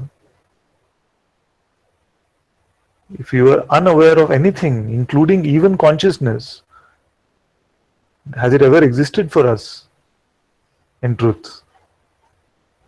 Then these kind of interactions can happen. So those are the beautiful ones, because the interactions here are not meant to be, oh, I believe this, what do you fighting for our beliefs? Because it's the worst thing we can do in this world, killing each other for their beliefs. You see?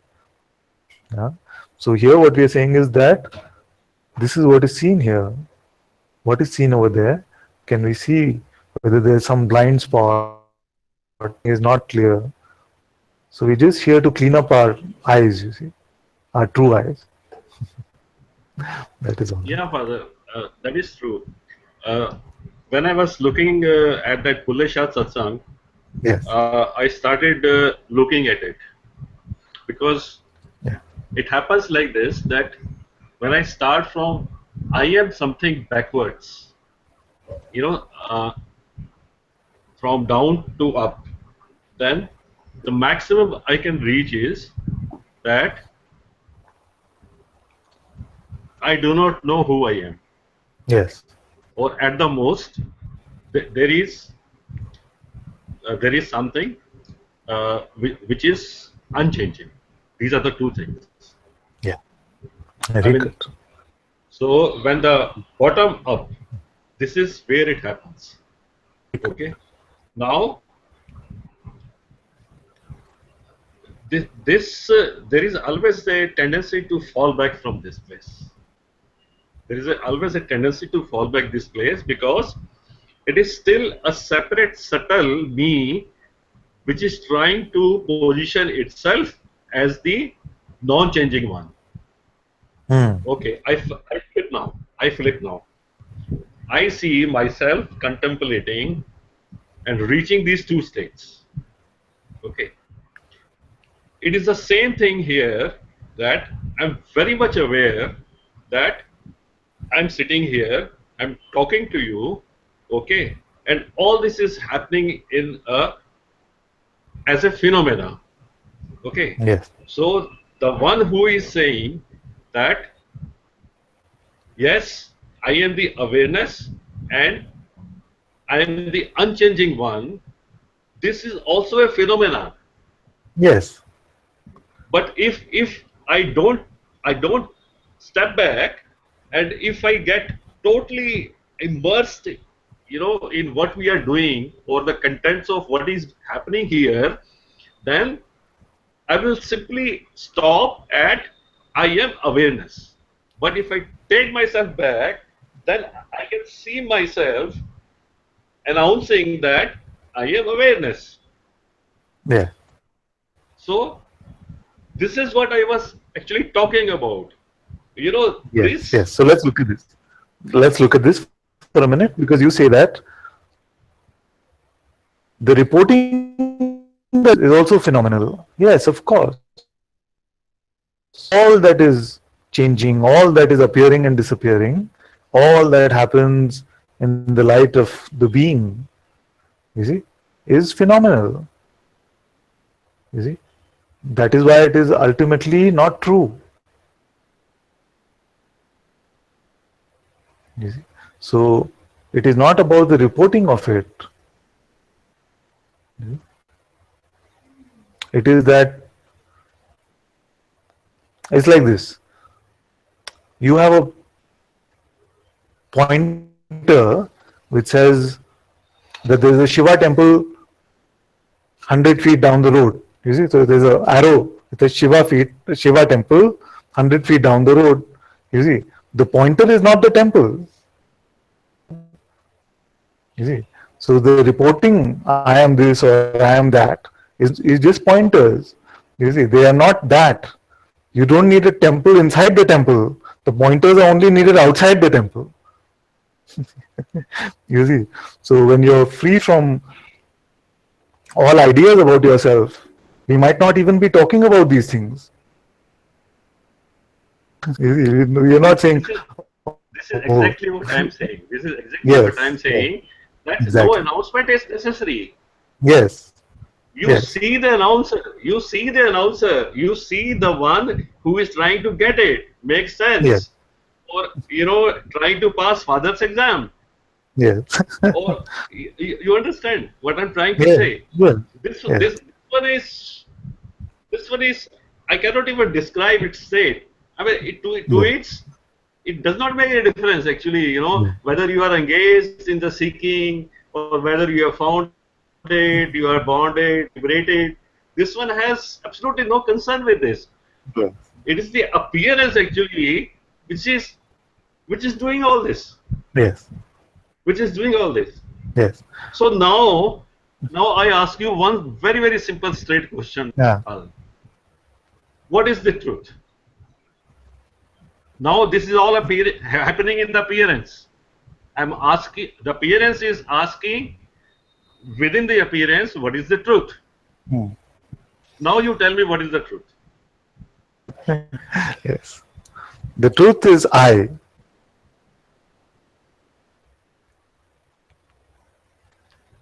The announcer I or the watcher I? Because Father, I know, but I also know, Father, I know truth. I want to know the truth. You are truth. I don't want to, you know, I do not know where I'm defaulting, where I'm detouring. I have absolutely You're no not, you're idea. not. You're not. Okay, let me, since you asked for some additions to that statement, the I which remains irrespective of the coming and going of the being is the truth. Okay, so all this drama of satsang, guru, chela, everything Yes. is happening as a superimposition on the being. Yes. The the being is I am, and the I am which Maharaj says goes does not mean that the being which is a qualitative aspect of the I Yes. has gone. It does Yes. not mean the one which goes and comes, appears and disappears is in a very subtle way has to be interpreted as that this being is not changing. It is the superimposition on this which is changing. Hmm. The being appears and disappears with the waking state and other states. It is Yes. the same being. It is the same being which wakes up, which sleeps, and which dreams. It is only that the truth as the being basically seems more real, but otherwise it is just the same long dream as the dream. Mind it, mind it. It is all appearance. The one who is trying to understand is not the true one. Even if So I the say I something which is wrong, aware. yes, Father? So let's look at it like this. The I that is aware of even this being is the truth. The I which is prior to I am is the truth. Yes. Now what happens is, what you are saying is that play of this in the superimposition, as you call it, very nice. So on the superimposition on this being is the play of this realm. You see? Now, for in the play of this realm, most are considering themselves to be objects within this realm. It is never true. You see? Now, in this realm, you have all it's one big supermarket that shows up. You see? Now, most of the shops selling one story, which is that you're a individual, separate entity. And there are some few shops which are selling this story, that you are not this, look for who you really are. You see? Both are phenomenal, both are shops. You see? There is nothing which is phenomenal realm, which is the ultimate truth. And yet, there is, as far as we are speaking from within the realm, you see, there is also the appearance of great devotion, great love, great joy. These, when we are coming to this kind of shop, which tells us that I don't have anything except this mirror, you see, and this mirror will transcend your phenomenal existence and show you that which is the truth, your ultimate truth, which you have always known. The funny thing is, just to put it in worldly terms, I am selling you something that you have already known, always.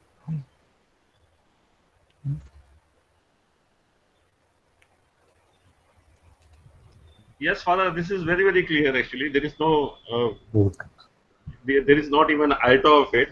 And even if all this thing had not happened, the truth never came and never will go. It is just that, it's a recognition.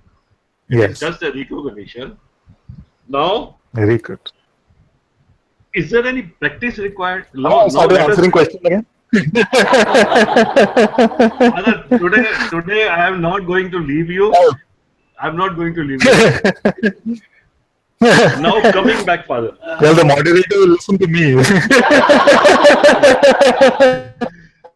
No, Father. So as a child. No, today I've enjoyed your questions. Today I've enjoyed.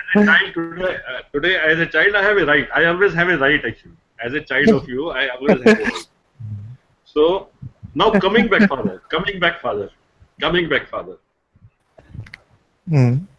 So from the highest, it is like a source, the source of the light. It is not a visible light.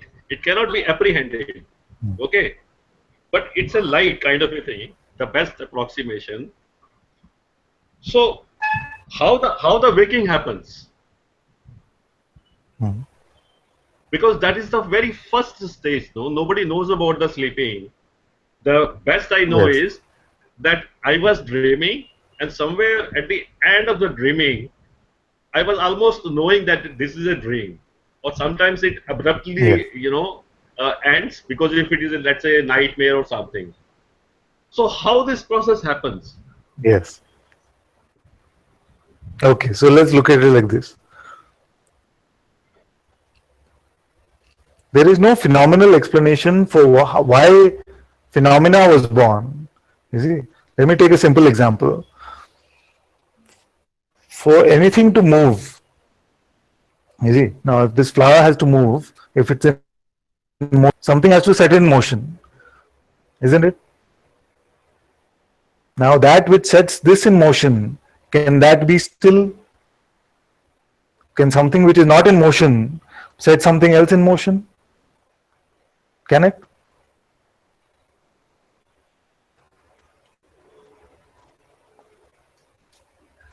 I really don't know. I don't want to assume It an must answer. have I some. don't know. It must have some energetic property of movement that makes another move. You see. Now we have said No, that. no. Before that, I have a very basic question. Yeah, Does somebody really get awake? there's somebody. Does somebody really dreams or gets awakened? There's somebody. The somebody means what now? We've discussed that there is nobody. Yeah, this nobody. Okay, sorry, the wrong terms. Uh, No, I'm not Advaita policing you. no, I'm no, not no, no, Advaita policing you. I'm asking you, what is this? What do you mean by somebody? no, no. Somebody means uh, not from the higher perspective, but from the lower perspective, who says, "Ah, मैं उठ गया. Yeah. I'm awake Yeah. now." Yeah. Not the top one, but the one who declares that I'm awake. Does he really get awake? Yes. This is probably the rare instance where one who is speaking the truth, who is speaking as being. You see, and See, the pretense of the all this, personhood is still on. The pretense yeah, of the personhood this, is still on, and yet when they're saying "I am awake," they're speaking a deeper truth than they are realizing, because they are awake only as consciousness. You see. Father, there is so much theory, first of all, this I amness appears, then the I thought appears, then the body appears, then the mind appears, projection appears. I don't want to actually, really get into all this. I'm sorry, actually, I'm using the earphone, so I don't know how loud I'm speaking. My wife just told me I'm speaking loudly. It's okay. So, It's okay. It's okay. so I'm sorry, actually. Uh, It, in a very, it's fine. very simple sense, I want to just know the truth, which you know. Yeah. Okay, which you know. Yeah.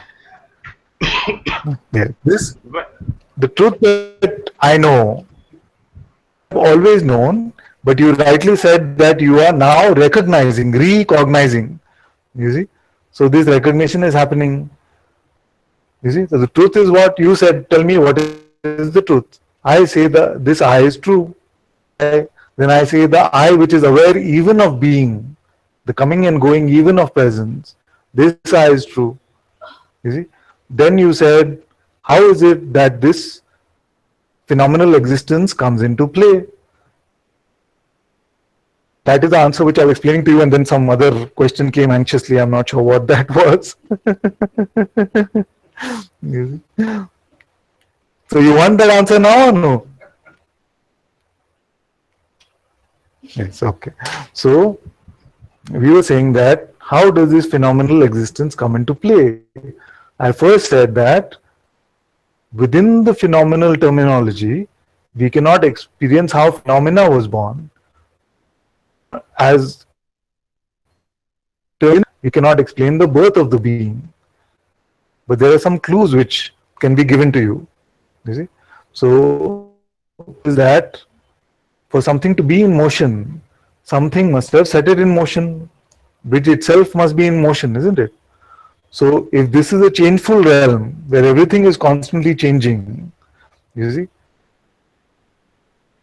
come about. What is the first cause or the first change? The first change is this one, when this unchanging I, somehow there's the appearance of this qualitative I am. And the appearance of this I am is the cause of all change, all movement in the phenomenal realm. But the cause of this I am is the causeless. So the first motion, if everything needs some motion to be put in motion, there's cause which must be motionless, you see. You see? It's very subtle and important what I'm saying. For there to be motion, there must be something else which is in motion. But the first cause of that motion itself, you see. So the cause of the first change, the cause of the first cause itself must be changeless and causeless. You see? Therefore, this awareness is changeless and causeless, and yet it is the cause of the birth of this itself is the field of motion where all of this change is constantly happening.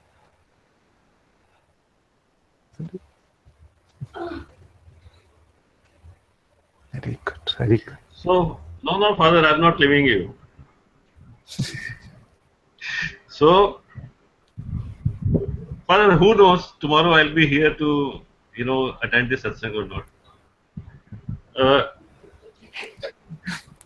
Who knows tomorrow whether I'll be here to share satsang or not? Yes, Father, very true. Very, very true. Very true. Enjoying the question so far. If I just feel like it's becoming mental, to tell you that maybe enough for today. That much I have, you have entitled me to tell you. Yes. I'm only speaking about the I and I am. That's all. I'm not talking about anything else at all. Yeah. So, the I, which is a total potential, basically, when out of this potential something appears, like the tree which is moving appears out of the seed, which is motionless. So, when say again, your voice is breaking a bit. I think that louder was good actually for me. Yes, good. Yeah. Louder was okay. Really Father, what I'm saying, Father, what I'm saying is that from the seed, like the life, sprouts. Seed as such seems very static and motionless and dead. So similarly, from something like this, the being appears. It is a pure being, and let us not get into I or I am till now. Okay. When I got up, there was no I. It was just a pure sense of existence. Okay. Then, from this. So is it? You say when I got up there was no I. So did you not get up? Yes, but there was, but it was not letter I. It was a cognition. Yes, the letter I is just a pointer. It is denoting something, just for communication. You did get up, right. isn't it? Yes. I got up. Yes. So the cognition of waking up happens. Yes. Okay. And then I do not know what happens after this. I will not go into what is the truth and what is the I amness and all that stuff, or maybe we can just touch it very slightly. That I got up. This is the language we use. Yes. I do not say I don't say I am got up. Yes, but I am is more accurate. We don't say that, but to say I am got up is more accurate. Yes. Okay. So now this I am, which is the pure being, Yeah. this being is a phenomena itself, Yes. but this being is the pureness of the I in a Yes. manifested way, is a manifested way. Yes. Okay. Then the whole world is seen. I will not go into how this thing happens. The whole world is seen. If suppose this was the very first time when the I happened as I am, Yes. what would it see? I'm not getting into the concept because this is where I have to go first. This is where I have to go first. Yes. This pure being, when you say, or Bhagavan Muji says, drop everything, including the desire for the liberation. Yes. And almost everybody goes there in his satsangs. And then when Bhagavan says, do you feel any need to find out more spiritually? Nobody says yes. So this is the pure being. Hmm. This is the pure being. When Maharaj says this pure being will come and go, the pure being has no objection because it is not identified with anything. Yes. So this basic thing, which is the primal truth, how do I get there? If I start climbing, I cannot reach there. I have to start from where the truth is and then down. Yes. So that is why I have always said only one thing. Primarily, I'm repeating the same thing over and over again, which is that you have never left the truth. If the truth itself was coming and going, then it would not be the truth. So this I is what you are. So you're never truly starting at some lower level. You have always been only the truth. You see? Then what is the cause of trouble?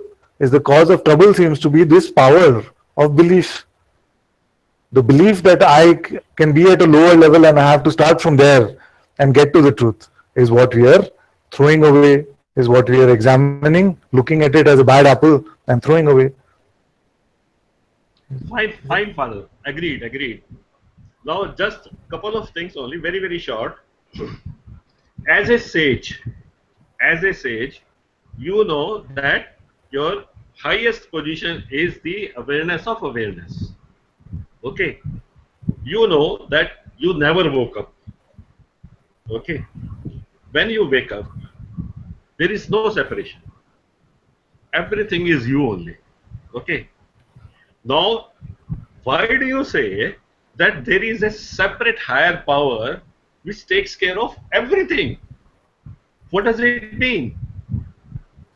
Is it not you? Yeah. Why there is a Yes. separate higher power?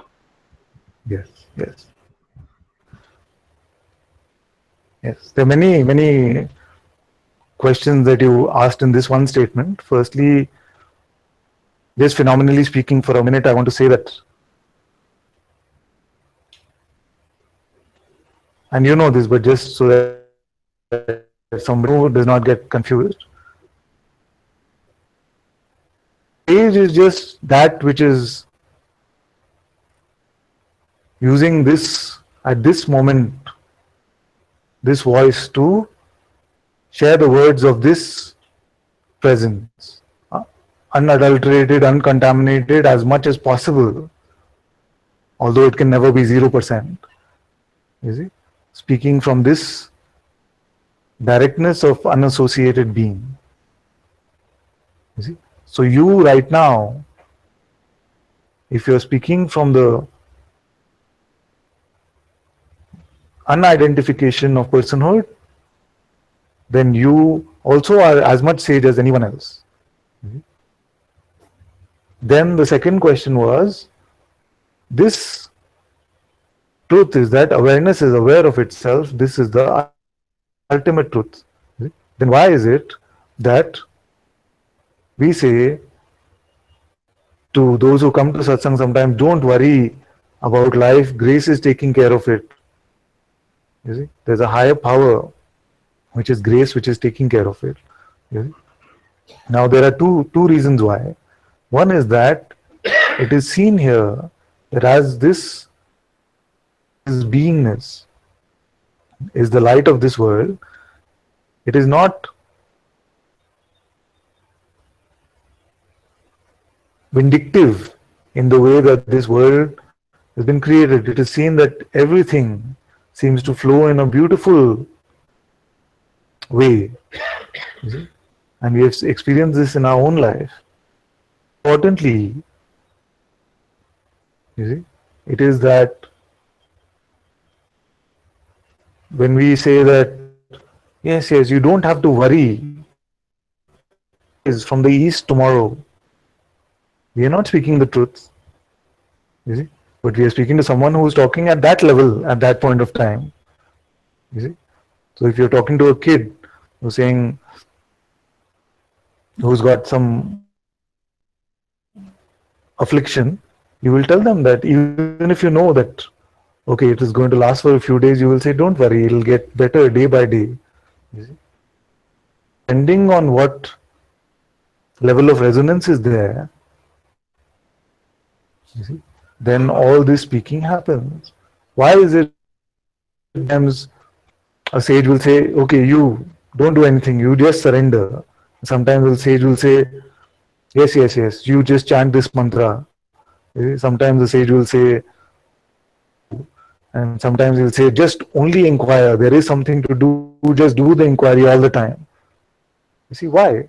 Because in this play, when you have those who are still presuming themselves to be people, then the role from here seems to be to play that doctor role and say, okay, one is to be afflicted by, and what is the solution of that seeming affliction? Although one day that there never was an affliction, that, and you say straight only, oh, but you're not afflicted by anything. You're not afflicted by anything. For some, they might experience the directness of it and see that it is, those some are very rare. Therefore, the sage, in his compassion, and say, okay, what is it that is seemingly afflicting this child right now, and what will move them in the direction of the truth, will point them in the direction of the truth, but might not always be just saying, oh, only awareness is aware of itself. They might not even understand those words. You see. What is this awareness?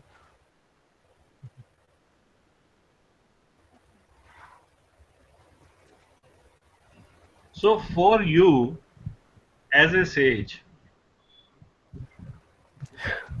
that term is not so attractive to me actually, but it's okay, you can say it. no, Father, something has to be communicated like this, no? What to say? You know why? Okay, let me also say why. Because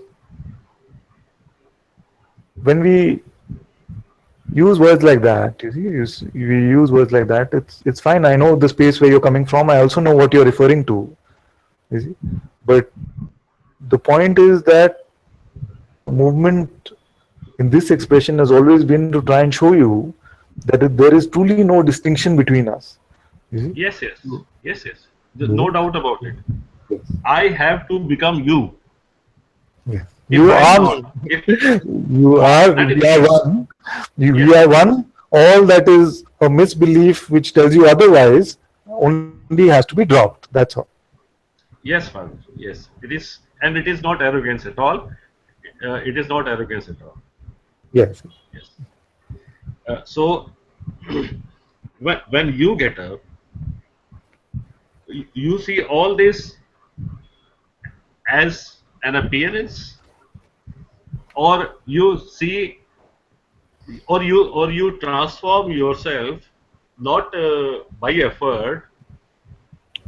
You become whatever it is, like you become Krishna, everything. Once you were saying that you can now understand Marathi, and I'm Krishna's father, and Krishna wants to play with me. No, I'm not living it today. I'm not able today. So, I mean, why you are playing with us? Yes, I yes. don't want to play more. I don't want to play more. I don't want to play more. There is that which you are appearing as.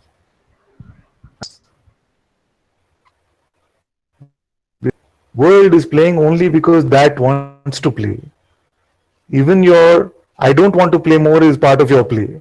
You see, even your statement I don't want to play more is part of your play. So this play Yes, goes yes. on only by the will of what you are. You see, it is your will. That's why this play continues. Appearance is appearing in front of you. You see. So this play, as long as the play needs to be played, it will be played. When it doesn't have to appear anymore, then it will just dissolve into what you are. You see. So this is there. In terms of sometimes these fun give them too much attention or belief, as you know. So sometimes these fun things happen where so it happened just once or twice where somebody said something, I felt I was understanding, and I was making a joke actually because the first 7 years of my life was spent in Mumbai. You see, maybe some Marathi was stored up here somewhere from somewhere. Okay, okay, okay. So that was the Marathi thing. Then the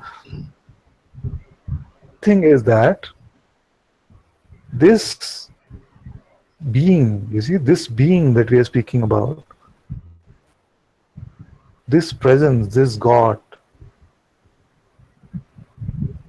is unlimited in its expression.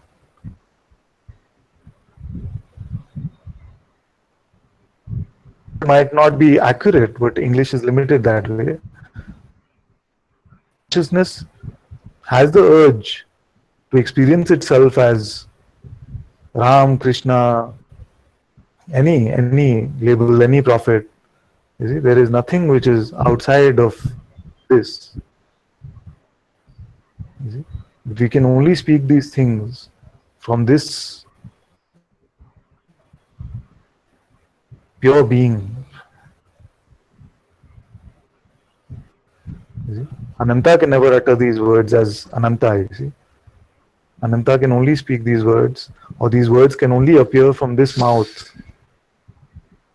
When this mouth is just an instrument to the Sadguru, to this pure beingness itself.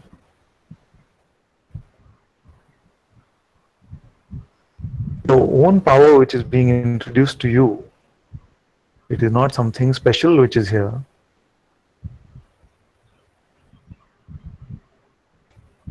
If you're only,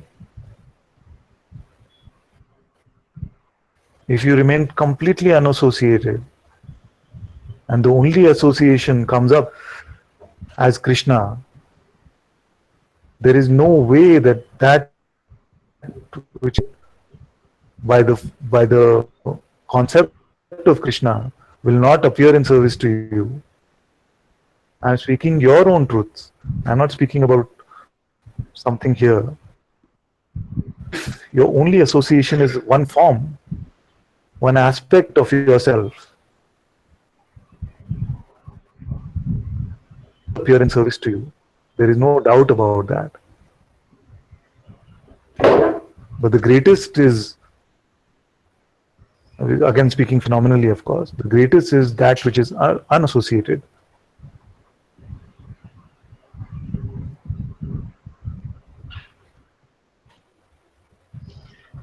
Father, if you are tired, we can leave it here. Or otherwise, I want to, expose everything, everything. I'm not going to, I want the whole ocean, not a spoonful. So, You so if, you are the ocean. You just give me this eye. Just give me the eye that wants the whole ocean.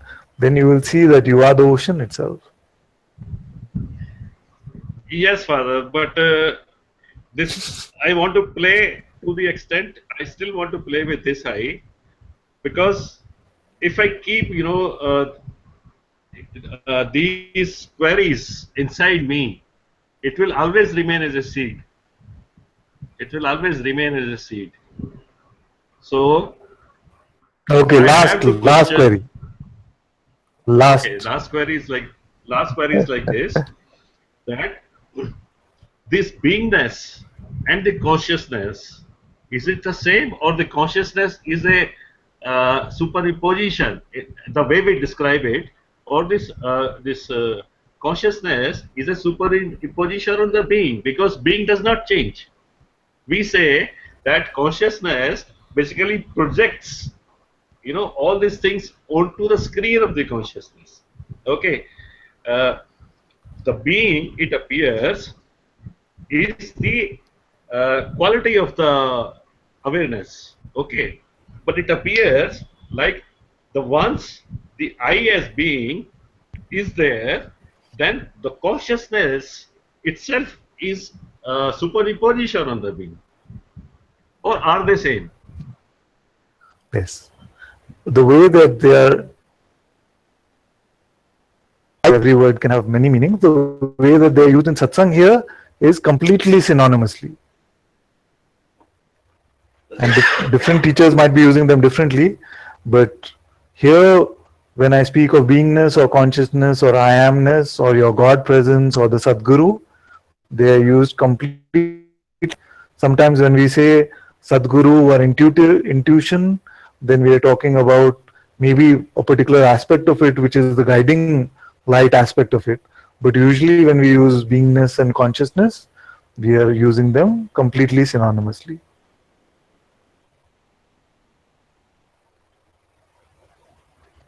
So how is it that then the Atma in the different bodies, when we say the Atma in the Different different bodies.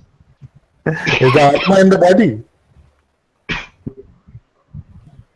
no, my experience is not like that. My experience is not like Yes. that. It is There just is no only Atma in body. yeah. Huh? The sky is not in the sky. The body is in the sky of Atma, not the other way around. Yeah, yeah, okay, yes.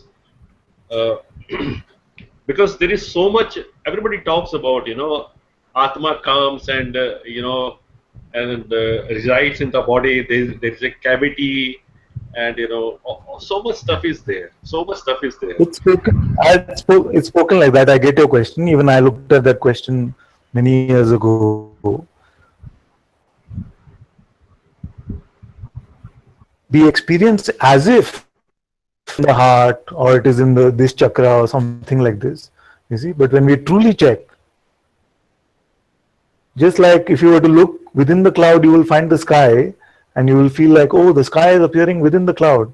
But then when you start looking for the boundaries of this cloud, of this sky, you will see that it encompasses the cloud and everything else. The same way, discovery is made in my heart, you see, or in my sixth chakra or something like this. It can feel like the discovery is made like that. And I found God's presence in my heart. You see, we can say these things because they're experienced as if it is like this. And yet, when we look deeper at that, we find that it is this presence which is all encompassing and not the other way around. You see? So they are speaking at a particular level where it has to be pointed like they not get the formlessness of this within which space itself is. So sometimes the pointer has to be given like that. But it is not to say that the body is within this being is more accurate than to say that the being is within the body. Yes. But the body is as real. Even if this is a dream, the dream is very real. Okay. If I hit my head against the wall, there will be blood. Okay. I see this body. I see so many people here in this satsang, and you as a body. Okay. All these people here appearing at the bottom, I do not know where they stand. Maybe they stand same as you. Maybe they don't stand. No, whatever is the internal world, whatever is the internal state, each one of 7.5 billion people we have, okay, Now, if it is the same thing in everyone, the mechanism of the life presents certain stimulus which is believed by the life itself. And I don't think really the life believes it. I think it is just a kind of an illusion. It is just a kind of an illusion that belief happens. Okay. Now, how does this happen? You know, uh, animate, inanimate, matter, energy, all these things. I have asked you how the being happens. Now I'm asking you how Yeah. the word happens out of the being. Within the word, Yeah. there are bodies and everything, universe and everything. Yes.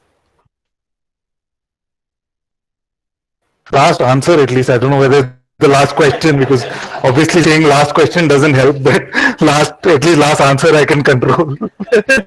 Yes, yes, yes, Bhagwan. Yes, Bhagwan. Thank you very much. No, no, it is fine. It is fine. Thank you so much. Yes.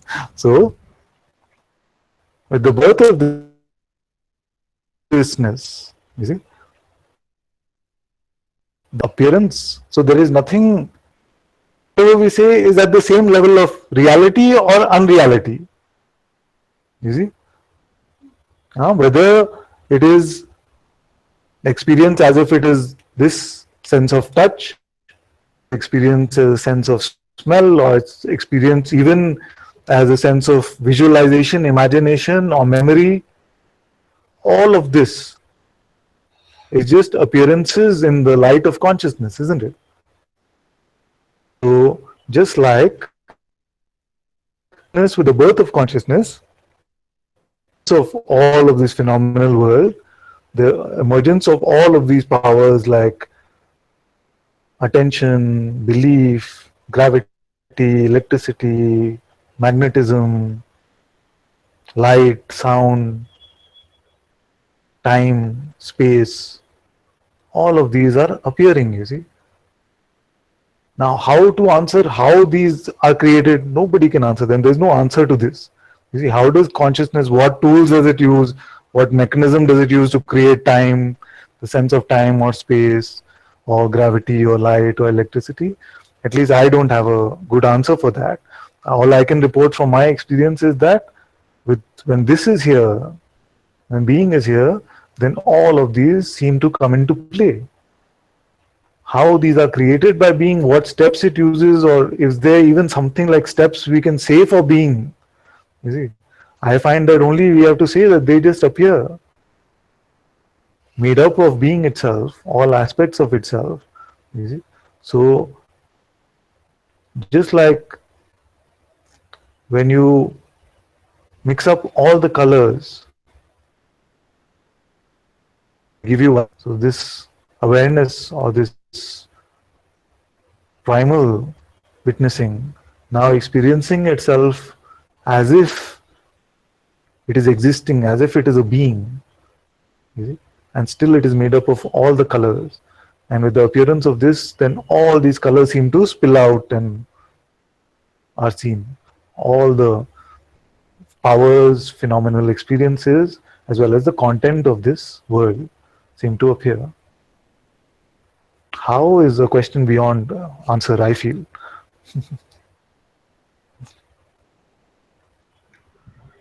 Thank you, Father. We will resume. Thank We will you. resume. Thank you. Thank you. I enjoyed the questions very much. Very beautiful question. Very good.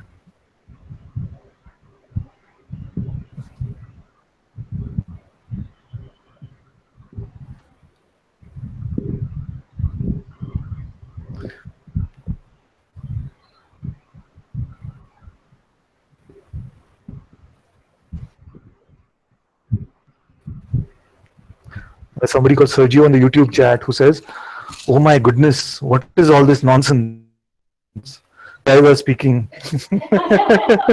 I don't blame him at all. If maybe 20 years ago I stumbled onto something like this and they were talking about being and awareness and what is this? YouTube is not meant for stuff like this. Okay, guys, get a life. I would have felt exactly the same. I don't know if you're still there, but I can relate. At least it doesn't sound like the typical trolls, you know. You just start off with bad language immediately and you block them.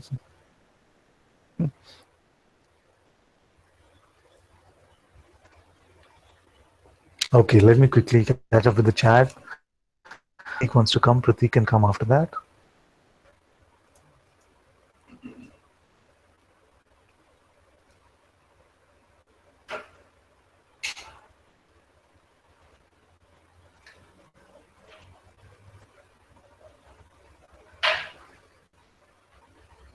Aparna says, here yesterday, mind was allocated to only these tasks. Work, DBA, database administration, what DBA? Kids and nothing else. Our thoughts preordained, but for whom ordained? Our thoughts preordained, but for whom would they be preordained? Yes.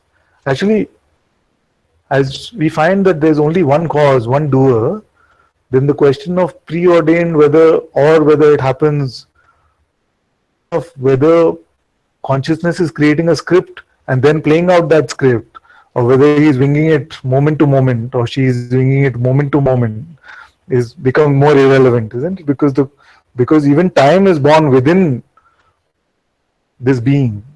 So that which gives birth to time, whether that is subjecting itself to the functioning of time by preordaining the script, you see, or whether all of this has already happened and we are viewing it later with our attention, or whether everything is so fresh that consciousness is now like that, you know, spontaneously dancing, is something that cannot be truly said.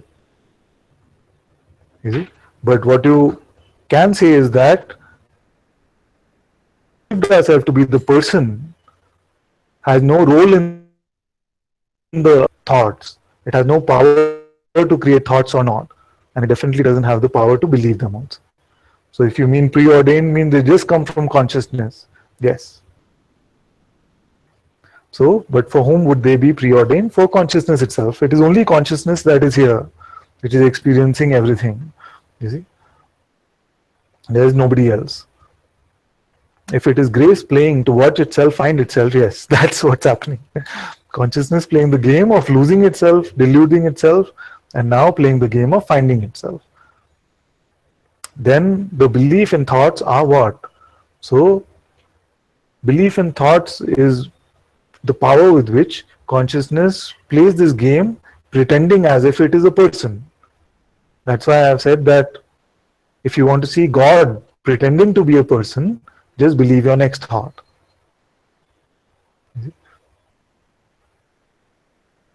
All of them, I have been writing them down, come for Aparna, yes, for the pretense. You see? But she is not there, exactly. The mind is not getting, there is no Aparna, and it wants a new job. Yes. The mind is the lawyer, which always will represent the non-existent client. You see? So don't expect this leopard to change its spots, this lawyer to start changing its objections. It will keep objecting whatever is appearing in reality, it will keep resisting everything. That is the role of the mind. But if believed with thoughts, things seems much more lighter, and we are not playing the game of pretend anymore. It's good. And she says, oh, it's not database administrator, because I didn't feel she was technical. So doctor of business administration. Doctor, wow, doctor of business administration. So it is doing it to itself. So I have to do nothing, as it is, because it is being done. That has to do something or to do nothing is itself nothing. You see, the I which is wondering whether itself it has to do something or it has to not do anything now, itself is nothing. You see, it is not consciousness which is asking what should I do now. You see, that's why I say that doership is one of the strongest legs of this ego, because it will say, yes, yes, there is no person here, only consciousness, God is the one doer, and I am that which is aware even of this consciousness. But just, by the way, what should I do now? You see? So if we let go of this idea, then you see that there never has been an individual doer. You see? So the I that wants to decide what to do or not to do itself is nothing. All thoughts, yes. Like by default, yes. Huh? Huh? What is she waving? She's saying no, no. She doesn't want. I still don't have headphones. Yes, it's okay. Yes, all thoughts, because thought would mean that consciousness needs to listen to its own creation to decide what to do next, which itself is implausible, isn't it? If it is the creator of that thought, then why does it have to create that thought first, then say, okay, I have to do that or not, and then you see, so this sense of in the thought can only come when there is a sense that I must be that my thoughts are reporting to. So this choice, seeming choice, is only for the non-existent one. You see, so as long as it does feel like that choice is there, we must continue to make the choice of not believing. Then we one day come to this seeing that there was no choice in it. God was just playing with itself in this way.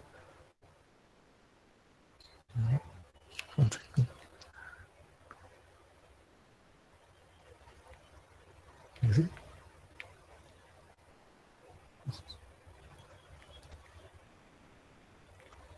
So it's very beautiful to be able to just let go of this mind. Otherwise, we still will be evaluating, okay, whether this one is a practical one, or this one is psychological one, this one is spiritual one. We don't need to make any of these distinctions. Just allow it to go.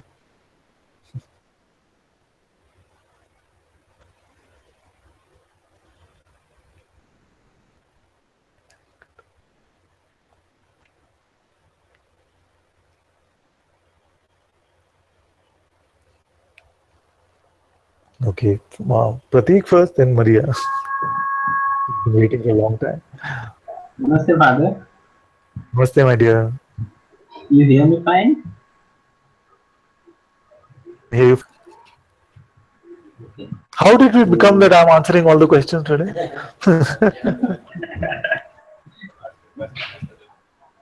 Maybe, Father. Yes, yes. The rule is transcribing work to do today, and and the rule is now that whoever asks the question has to transcribe that part of the satsang, just to ensure that they actually hear the answer itself.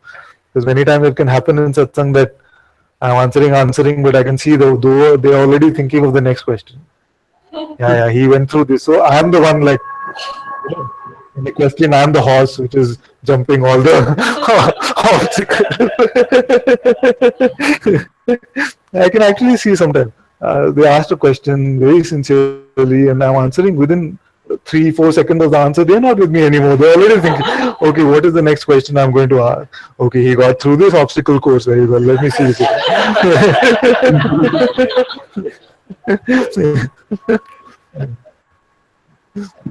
No. And it's been very good. 3 years of satsang, I've been contemplating so much. There was apparently a lot of unfinished sadhana to do, which the Sangha has really helped me finish now. So I deeply contemplated all the questions.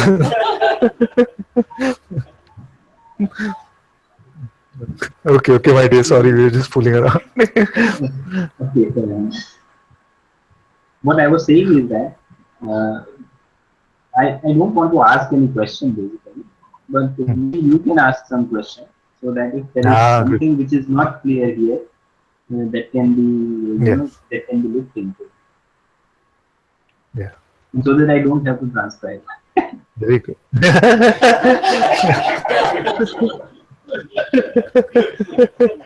How easy can we make it? Huh? There is no charge for anything, no donation. There is no nothing at all. And transcribing.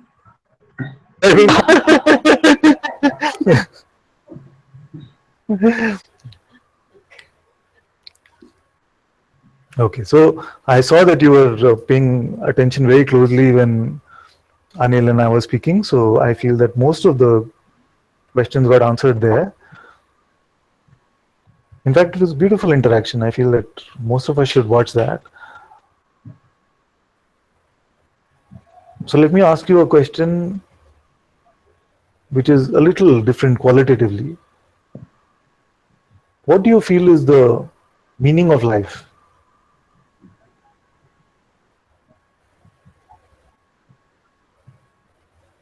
He's like, ये क्या पूछ लिया?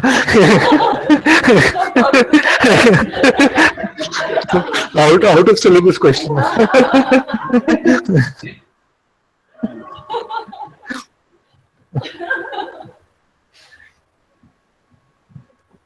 By meaning, Vedika sent me this link which had what was it? His history's greatest ideas, and it was very nice. I saw some of that, and I've enjoyed very much watching those. And some of those questions are stuck from there also. So now all of you are in trouble because there are some 70 videos. How many videos? 49 videos. okay, so Father, by meaning, uh, if we ask like what is the purpose of life, Yes. Okay. Let's start with that. Yes. or why life is created in the first place. Yes. So if I look into this right now,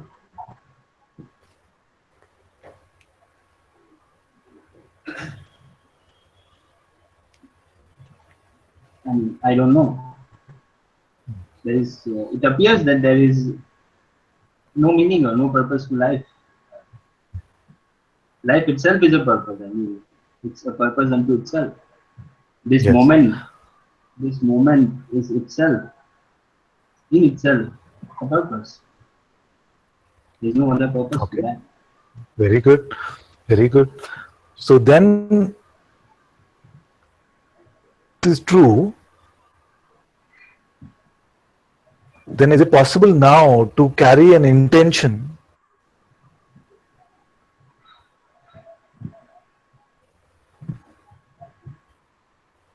Is it possible to carry an intention? Yes, because we say that when I find that there is no meaning, no purpose to go to. Just this, what is happening itself must be the purpose of existence. Existence, experiencing itself as existence in this play must be the purpose right now. Therefore, if this is true, then can we, upon this seeing truly, can we continue to carry an intention? Intention implies some idea about what the future should contain, isn't it? No, no intention, because by No intention intention. we are already imagining something in future which doesn't exist. Therefore, we have seen that this, if we can say anything which is purposeful, is just the experiencing of this right now. Is the meaning that we can give to life. Therefore, all intention, which by definition implies what should happen then, is meaningless. You see? Now, without attention, without intention, would you say that there is still some need to surrender something?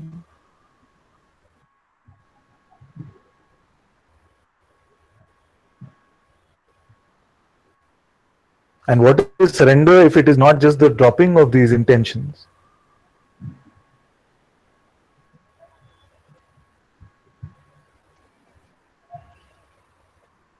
If there are no intentions, there is no need to surrender anything. Exactly.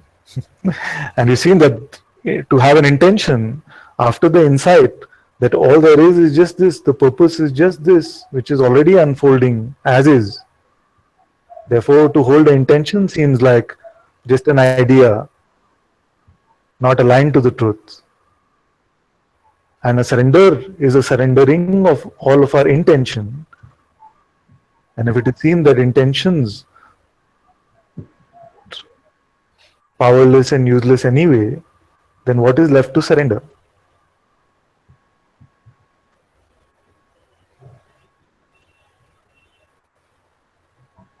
Nothing. That's good. So, would you say that not having an intention is to live a surrendered life?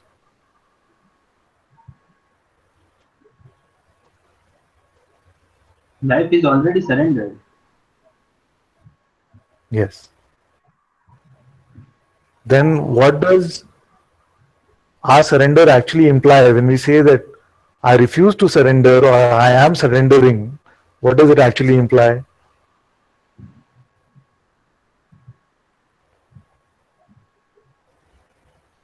That implies that if we are holding on to something, if we are holding on to any idea or belief or intention, whatever, basically whatever we are holding on to, that is to be surrendered.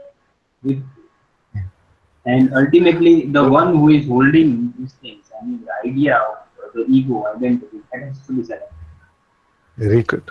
Very good. So as Therefore, long as as long as we have yeah, something which can be surrendered, there is a meaning to surrender.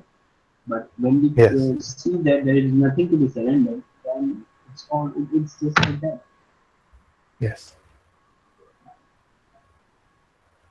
So, would you then say that the truest recognition of surrender is to see that it has always been surrendered? It has only been consciousness, which is the one doer and one experiencer of all that has happened. Yes, Father. Then we in this way then even the burden, the seeming burden that I have to surrender, I am not surrendering, all these ideas can also be dropped, isn't it? Yes, yes. It's very good.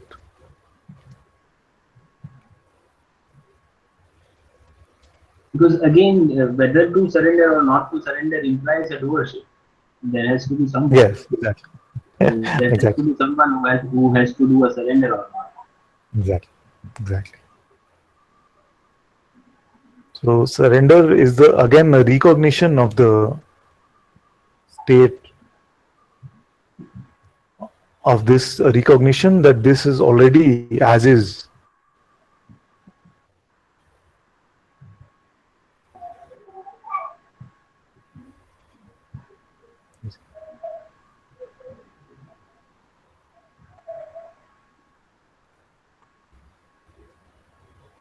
Therefore, the master's instruction that hand it over to surrender to consciousness or surrender to existence is a pointer towards the truth of what already is.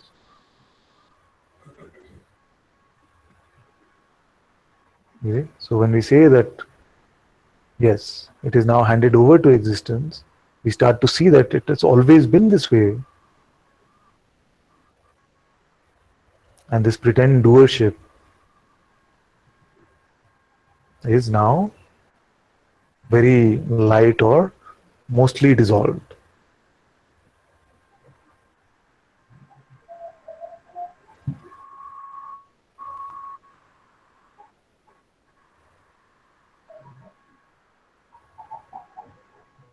Does this mean then that I don't have to do anything at all?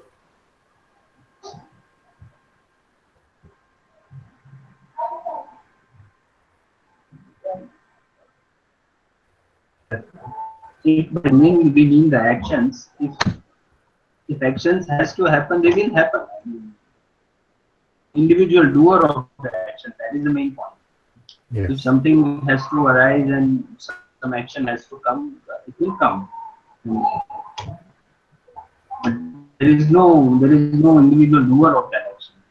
Very good. So we can say that I don't have to do anything. That is also true, and still actions do happen. Yes. So it's a bit a paradox, but uh, Very both good. go together actually. Now, if the questioner doesn't have this insight and they still feel like they have a choice, sense of choice about what to do or not do, what would your advice be for them?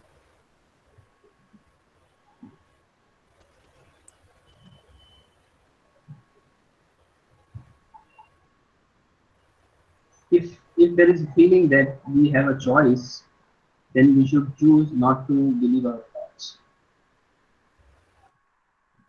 Yes. Just don't go with the thoughts, or just don't believe what the mind is selling.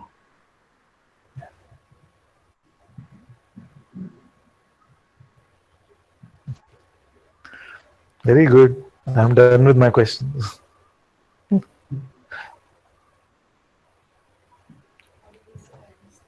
He's saying that if there's a sense that there is still some choice, then make the choice not to go with your thoughts or to believe your thought. One, it said that as long as there's a sense that I have a choice to do something, then choose to do the inquiry. And then realization that even the doing of the inquiry was also only grace. That's the only seeming choice. In fact, he was very specific, like Pratik said. Also, he said that the only choice you have right now is not to go with the stream of thoughts. You see, and ultimately you will see that even that was not a choice. That's it. And that makes it so clear and simple, isn't it? Because all that we do to trouble ourselves in this play is to ride on this merry-go-round of thought. Take the mic.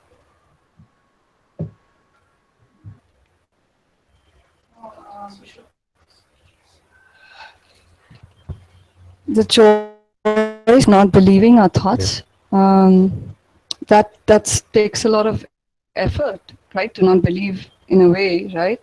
And then Is you're it for saying that's all thoughts ultimately that by it takes a grace and lot of it's not. effort? You will find already that if you say, I'm just going to let them go, you'll Yeah, find that, but yeah, some will stick. These yeah, ones are those which have been nourished a lot in the past with our beliefs. yeah. So what to do about these? Is that the question? No, what I'm saying is that when we choose not to believe Yeah. our thoughts, Yeah. right, and it's because we don't want to suffer or go through, don't go in that How about line of just thought. because they're not true? Yeah, because they're That is not the best true, way. or because I don't want to follow the path of the mind and not Yeah. go there. Even I don't know whether it's true or not true. I don't want to think about it, right? Because it's just too much No, trouble. it's a very important point. Yes.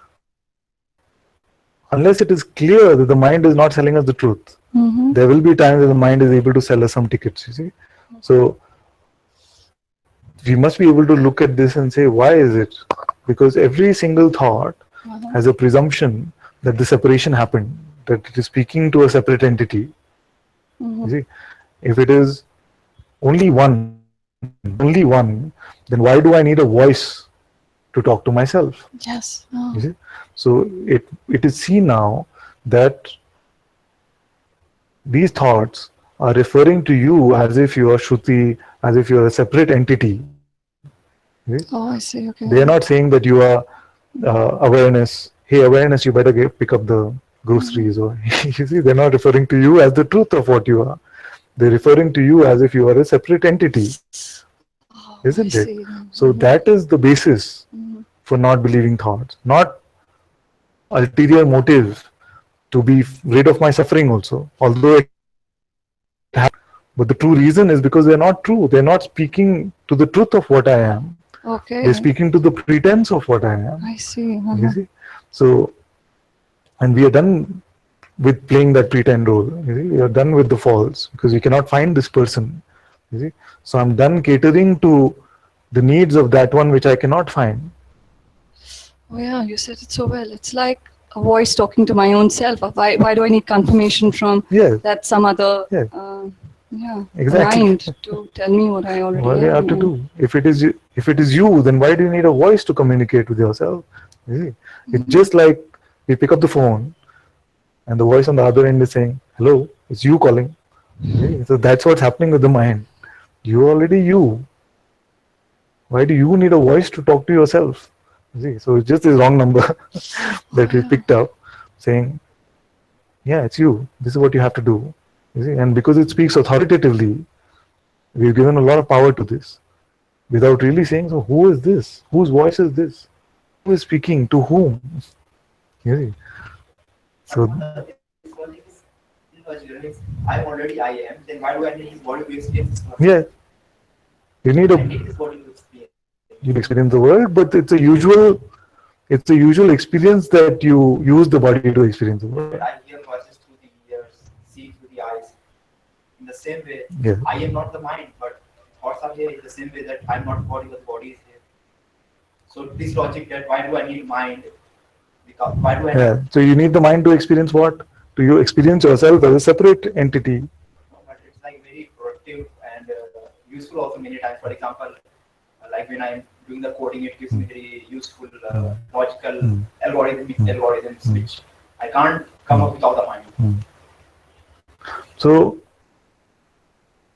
at least don't believe the ideas which are referring to you as the false one. That okay for you? Yeah, that's always. And these thoughts that came were referring to you as what? No, it was not for me. It is useful for me means coding, It was useful in that situation. presuming that you are what? We'll come back to Shruti. You know, it's important because you cannot carry your identity through the gates of heaven, you see. Useful means what? To write that perfect piece of code was important for you at that point of time. You might have had an awakening experience instead in your quiet state. So when I am having any kind of experiences, like I can't even write one line of code. Exactly. So what is more useful? So it was proved that it is the mind was proved experiential circumstances. So what I'm saying is that once we drop,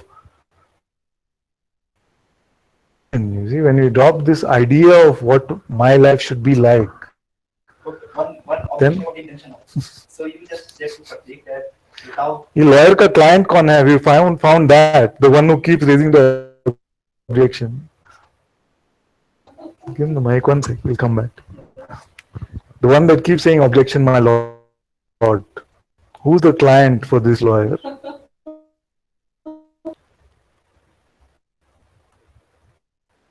point. You tell me the answer to this, because many objections we've heard and many questions have been answered, which has been good. But the deeper question would be this, isn't it? Who are you representing right now?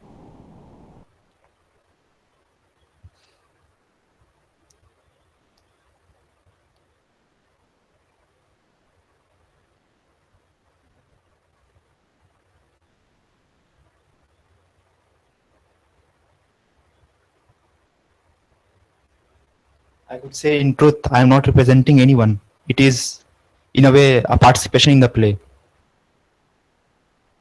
As what? What is your role? So I found that there is like in every moment two options. One is to be a mute spectator, or another is to be a. Is there no other option than these two? Either to be vocal or mute spectator? By vocal, I did mean the voice. I mean.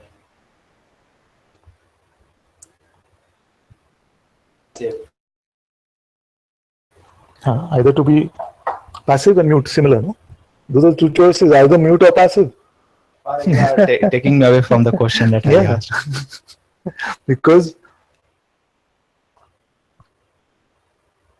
it is not about creating the right spiritual framework words, you see, the you will truly experience the end of suffering when you make this choice that you will refuse to represent this sense of separation or the sense of identity now. It's always my best intention. Yes. So now, if this is the intention, then is the question about intention coming from this intention?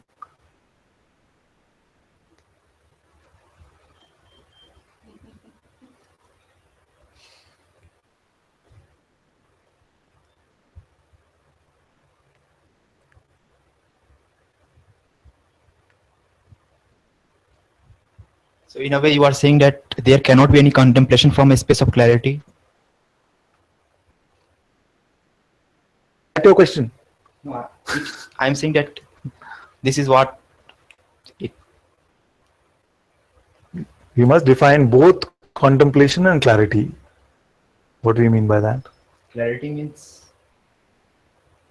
of the primal understanding, the primal things that we talk in Satsang about the consciousness. Understanding, And- define understanding. And understanding means Is it conceptual?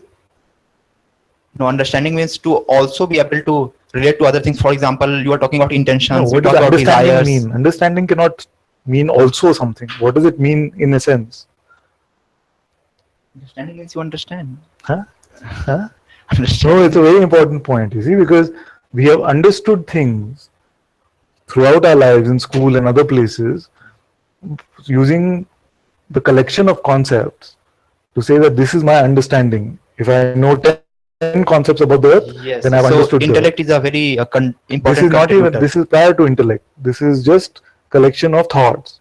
You see, intellect would mean that I use the sense of inquiry to look at them and say, is this true or not? Is this true or not? You see, mostly what we call the understanding is just the collection of various concepts which we picked up and they get our belief. When we use our intellect, we start questioning them and saying, okay, is this right? Is this true? Does this add up? You see, that is intellect. So we'll come to that. But when you say understanding, is it this conceptual, intellectual, or which understanding are you talking about? We don't have that categorization. We must be able to see. It's not about the categorization. So, because if it becomes about concept, this concept versus another concept, then it is not really helpful. You see? So when we say clarity in the understanding, is it a clarity of that? We talked about it, isn't it? There's a layman, then there are the intellectuals, and then there are the sages. Okay, so we can take it as an example. So when we talk about intention or desire, so means which kind of understanding could it be? Could it be conceptual understanding about intention and No. desire? You could have, but my provocation would be for you to look. You see? So when you look and you have a direct experience, and you say that when I myself, which tells me that tomorrow I must get this done in my life, you see, that becomes an intention. You see, is this something that you just heard from somewhere? No, you experience it for yourself. You see, there's a difference in the two, isn't it? Yeah. So there is a difference between the two things. One is when you just hear it from someone and accept it. You see, and second is when you see for yourself that this is how an intention takes birth. A thought came, belief went, and it was about something about the future that I must get done, and therefore it became an intention. So that's what I wanted to ask. Yeah. So from your direct experience, what is that which you mean by understanding? Are you talking about these things which you have directly experienced, or some collection of concepts?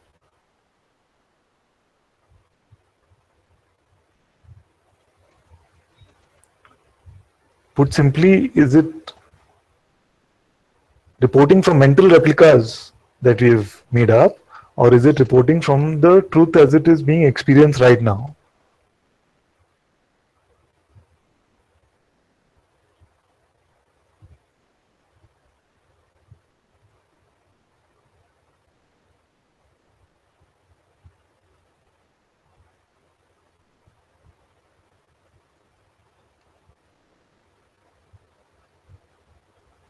It's more true to say that from the place of direct understanding, there is nothing that I understand or know, and most of these discussions have a contribution of intellect in it. Yes. So let's look at that and see that you say that when I look clearly, there is no direct knowing of many of the things which are spoken about here. Now there must be a dichotomy there because No, there is no dichotomy because I feel that this kind of knowing, this knowledge belongs to this realm. So the understanding of this is also at the level of this realm. And take an example. for example, uh, so intention. So if we talk about intention, it is only subject to the movement of this realm. Yes. So the understanding of it is also like how could I say? What do you mean by this realm? Because all appearances are only in this realm. There is nothing which is outside of this realm. There is nothing to understand outside this realm. There is nothing to experience outside this realm. Awareness aware of itself is not an experience. Or at least it's not a phenomenal experience.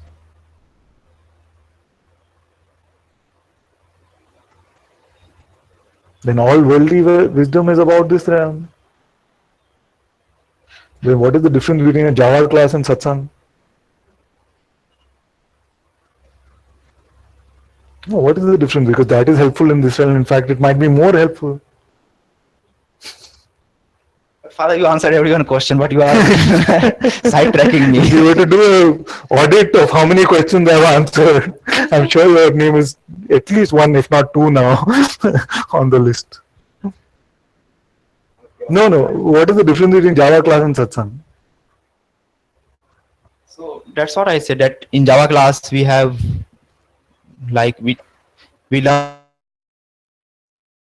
things which is real, but in Satsang we look things which is more primal, which is prior to the mind. More primal means there's distinction within this realm itself. Less primal and more. So for example, when we look at beingness or consciousness, then it is something which retains itself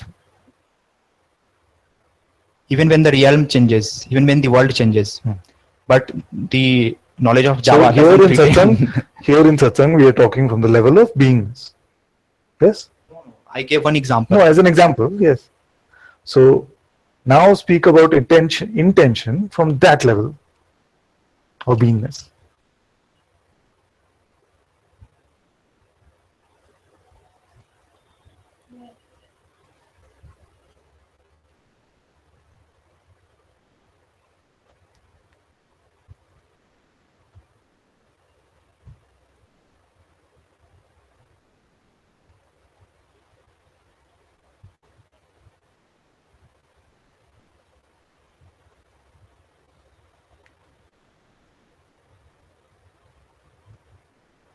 From that level, I would say, I don't know.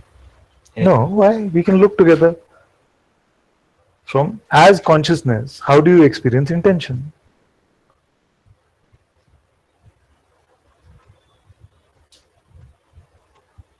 As any other Movement with what qualitative attributes? How would you distinguish a term like intention and aversion, for example?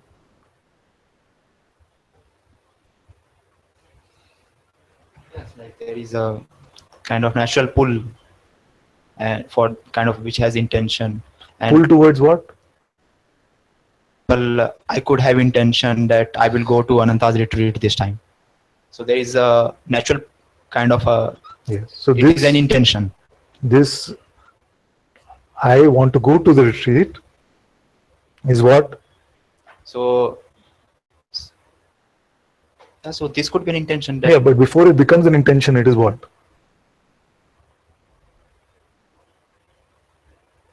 you mean at the level of mind, or You tell me, before it becomes an intention, or does it the minute it arises already it's an intention?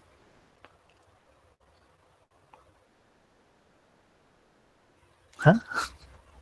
This is how it is, no? So that you declare that we are going to retreat, Yes. and everyone started having intention and started booking the flights.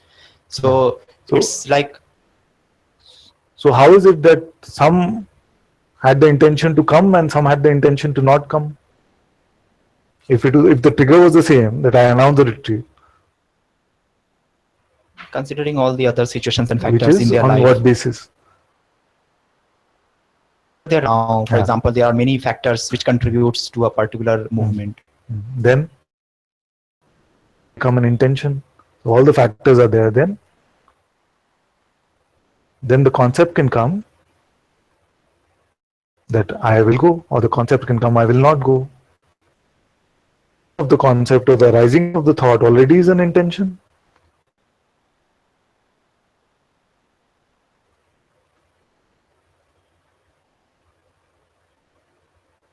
I don't understand. Means what you are trying to say?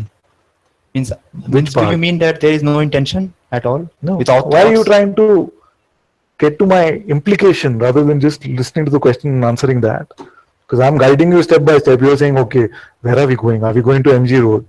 You see, I'm saying that with the arising of the thought itself, does it become an intention? But there could be intention without the thought rising even. Give me an example. Example is I am walking down a road on a very pleasant morning or an evening, and my eyes just went towards an ice cream parlor, and the intention just when let's like it was just an intent, like There was no intention. It was just a spontaneous movement. That's the difference between spontaneity and intention. What's the difference? Is there a difference or no?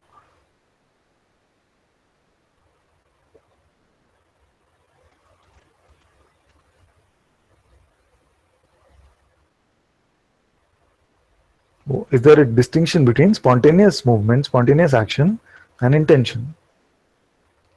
yes, like when a spontaneous actions happens, it's like very instant, like kind of a response.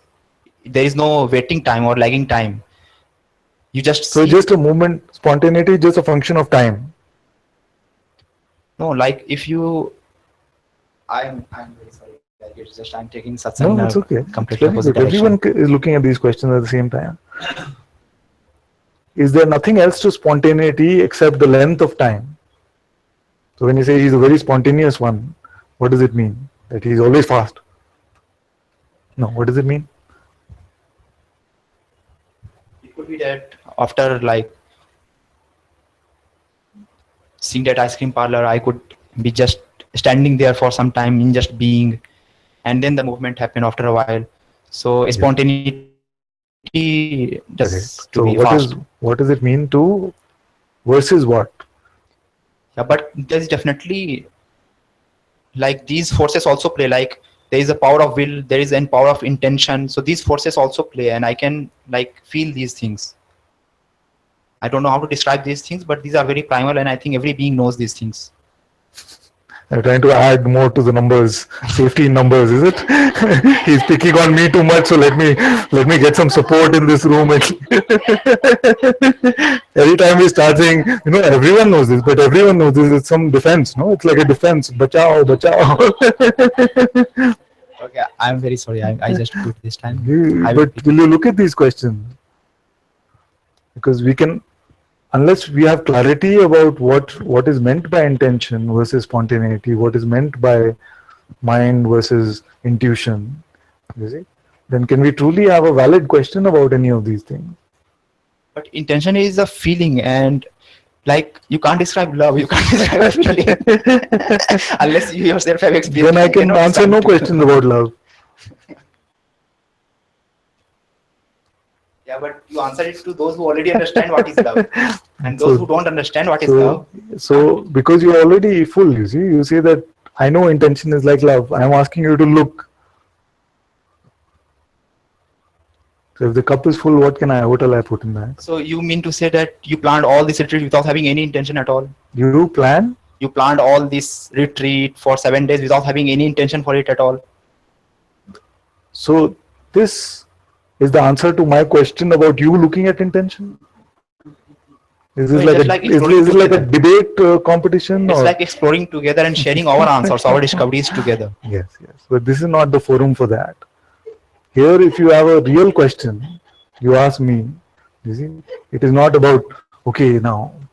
Uh, this is my concept. What is your concept? And let's fight about the concept. You see?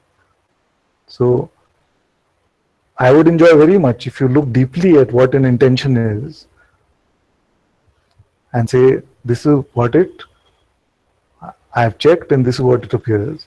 You say that, oh, intention, I have told you again to check on that. But then instead of doing that, you're saying, did you plan the retreat without any intention? Did you, where does this come from? Is there some defense against looking at it, or? I mean, you're trying to win something, because I don't mind losing. I can give you a trophy or something if you want.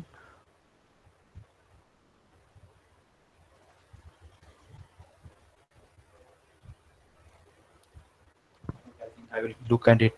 Please look at this. What is intention versus spontaneity? And at the same time, I give you another contemplation, which is what is mind and what is intuition. So can you look at these two things?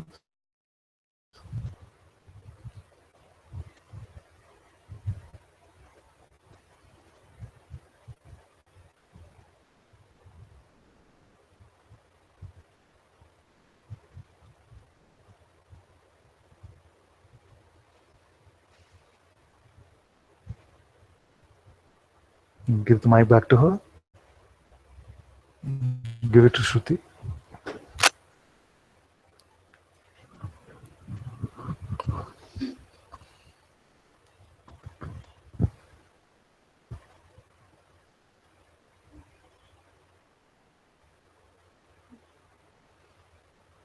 Nothing to say. Still thinking of what you said. Makes so much sense. Yes. So we were contemplating why not to believe the mind, isn't it? Mm-hmm. One is the perspective that I must not believe it, suffer a lot when I believe it, you see. But that doesn't take away the feeling that it might still be telling the truth, you see. It just becomes an avoidance then. It becomes a repression of the mind rather than a letting go of the mind. You see? So you're locking your door to the visitors. You see, it's different from just allowing them to come and go. You see? So when you do it with this sense of avoiding something, then you will just try to push it away. You see? Here we are allowing. You're saying, yes, come and you go, but don't. I am not buying this, whatever you're selling, because it does not apply to the truth of what I am. It only applies to that identity which I believed myself to be.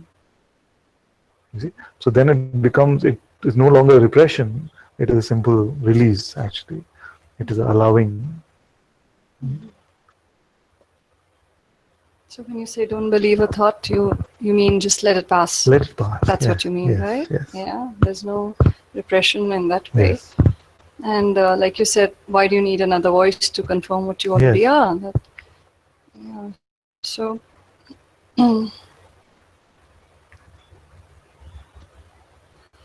well, the mind does come up in ways when,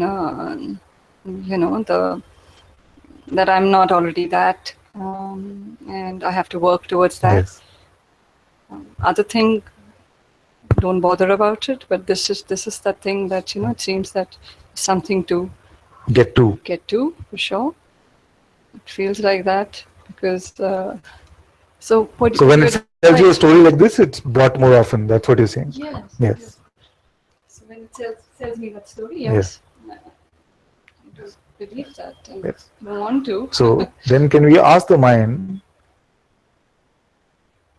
what is it that we are trying to get to? Ask, let's see. So when the mind says, but you have to work hard and get there, or you still have distance to go, you're not there yet, these kind of things. Just let's ask the mind, what would there look like? Does it have an answer? Mhm. So that I which also is know intellectually that it's right here. yeah, I There's know that. nothing over Yes, here. yes, yes, yes. So So when we I guess start looking at these things, like I was taking that example, when we start looking at this apple which the mind is creating, and we're saying whether it's rotten or not, see, this is the way to look. It is saying you are not there yet. Every single thing it doesn't know anything about. When it says you, it doesn't know what it means. You see, when it says are, it doesn't know the meaning of beingness itself. So are, it does not know. Not or not is anyway, it doesn't know. You see, there, it doesn't know what there is. You see, because it cannot fathom that which is before it. There, yet is a functioning of time, which is a play of this realm. The there cannot be a subject to that yet. You see, so everything it is saying is basically a lie. Every word is a lie. We buy one thought, we are buying so many lies. And the main lie being that I am a separate entity. You see, I am the ego. You see? So when we start inquiring the mind this way, you see, then it starts to lose its power. Like, what are you saying? Okay, tell me what you have. We're not pushing it away. More like, okay, what do you want to say? Oh, you are not there yet. Who are you talking to? Am I talking or you see? Yeah, You see? the topic keeps happening. Yeah, yeah. And sometimes it says I for you, and sometimes it says you for you.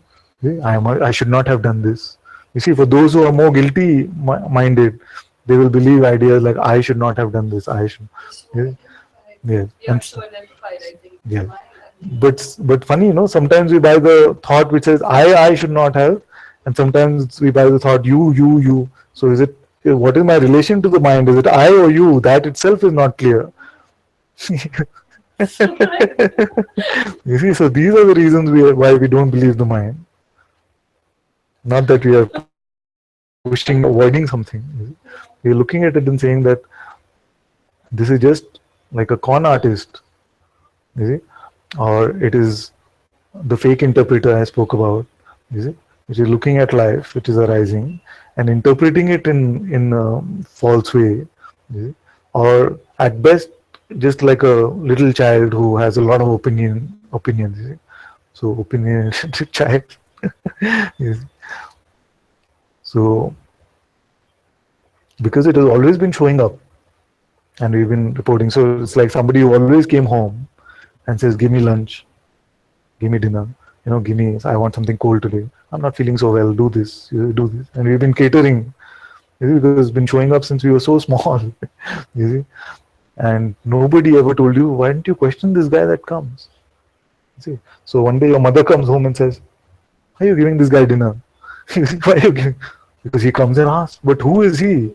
You see. So when we start questioning this mind, then it starts to lose its power, because we don't realize that it's been representing this non-existent ego. You see, this is the only tool that the ego has, really. This is the lawyer. We're so identified with riding on those thoughts, we don't even know that we are a separate entity. And then Yes, we just presume we are. That is the bad news. If we didn't know, then it would still be better. You see, but because we've been believing these thoughts, we've presumed ourselves to be that one that these thoughts actually matter to or belong to. It's just like that video game. You put on the game and says, Mr. Bond, your next mission is. Now, if you had the virtual reality set on and your experience of this realm was just like that, then it would feel like I have to listen to this voice because this is the only one that is guiding me. You see. Now, what you're hearing in satsang is that listening, it is telling you that you are Mr. Bond. This is not true. Can we validate this first? And if you do find that you are that, then I have no trouble with that. Then you believe your mind. But can you find this entity? Can you find this person? And you will not be able to find. So then, when there's a recognition that no such person, no such person exists, what is this sense of being, and I am aware even of that. You see? So from this perspective now, you will realize that the only way to suffer, the only way to pretend as if you're a person is to believe your thought. You see? So it is from this perspective that I tell you, don't believe your next thought. But if you're still taking it as if you're a separate entity and saying that, oh, now as an entity I found a cheat code to win in this way of life, then it's going to be a big struggle. Yeah, that's what I was thinking about that. Yes. Yes, if it goes naturally, Yes, we're just yes. letting your So it thoughts has go. to first come from this place of recognition. Why not to believe? Because it's not me, you see. It is just a voice. It is just this voice which is representing nobody. Yet that which is this being has the power of pretending as if it is that non-existent nobody, which we have been doing so long, playing this game of personhood, you see. And once you see that this one doesn't exist, and I cannot stop this being is my presence, but I am that which is aware even of this. And yet this being seems to have this power to pretend as if it is something. And this power to pretend is the power of belief. That is why I'm done with playing this person role. That's why I'm not believing what the thought is saying. So we have to keep repeatedly hammering that in a way to ourselves to not believe in that. All of this hard work How do you is happening for you as you're coming to satsang.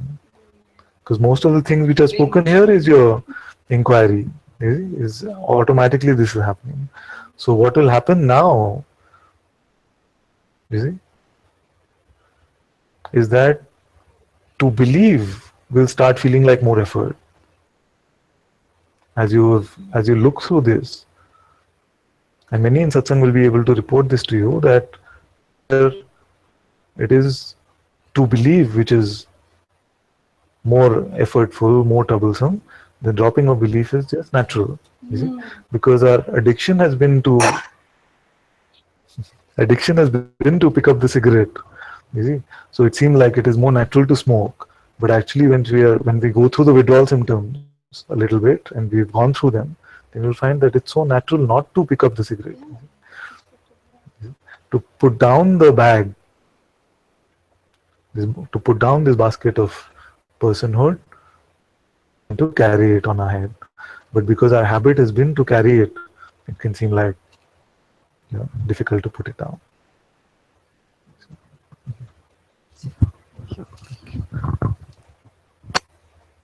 Okay, it's been long. Yes, sorry. Yes. Things are changing with the answers and questions of the others. Like it seems I'm feeling like the synchronicity. For instance, with Azar, when his mind is coming, my ego is burning.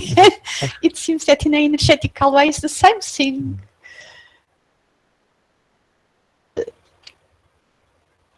The questions are like dissolving, but something for the first time what you are saying. Yes. It's just I'm not feeling all this fun, but just a relief. Because the thoughts come like directly from God. There are no, that I had the idea that thoughts are coming through the identity or through that soul, but now it appears for identity. So for instance, it was here in that this person, when I was young, the thought that I used to think it was mine, that I wanted that if it was possible to go this crazy or with schizophrenia and come out, I was very curious about, and it was very interesting. This thought was here, and for many years I was thinking, it seems that life gives me that experience of go through the craziness and to all my life searching to healing. And I was thinking, what a crazy person. But in the last satsangs, these things are coming, and it was just God playing with be crazy, how it will be, and find help, not me. And also this thing of by the thought that I get so angry sometimes with Advaita because my mind cannot understand. and I go to Facebook when I can go. So many people knowing and telling to the others, and I get what they are telling me. I cannot believe that. In you, I believe somehow, and I'm getting also the anger. Everything is dissolving, but it's so difficult for the ego because there are no guilt,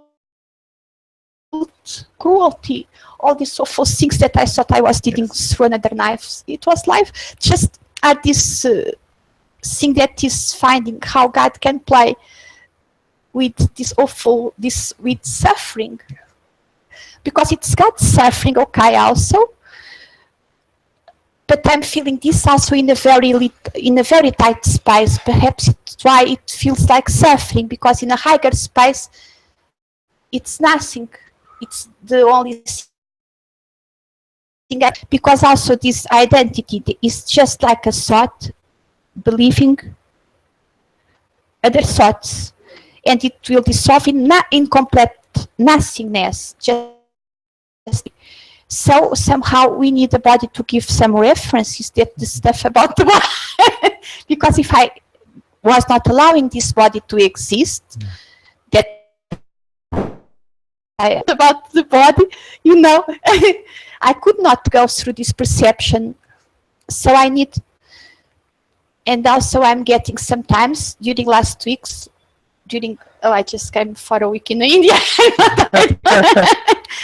Why Guruji? One of the few times I was talking to Guruji, things are so profound that we can take a year or two to get it, and perhaps all the life to get it completely, I don't know, or more, I don't.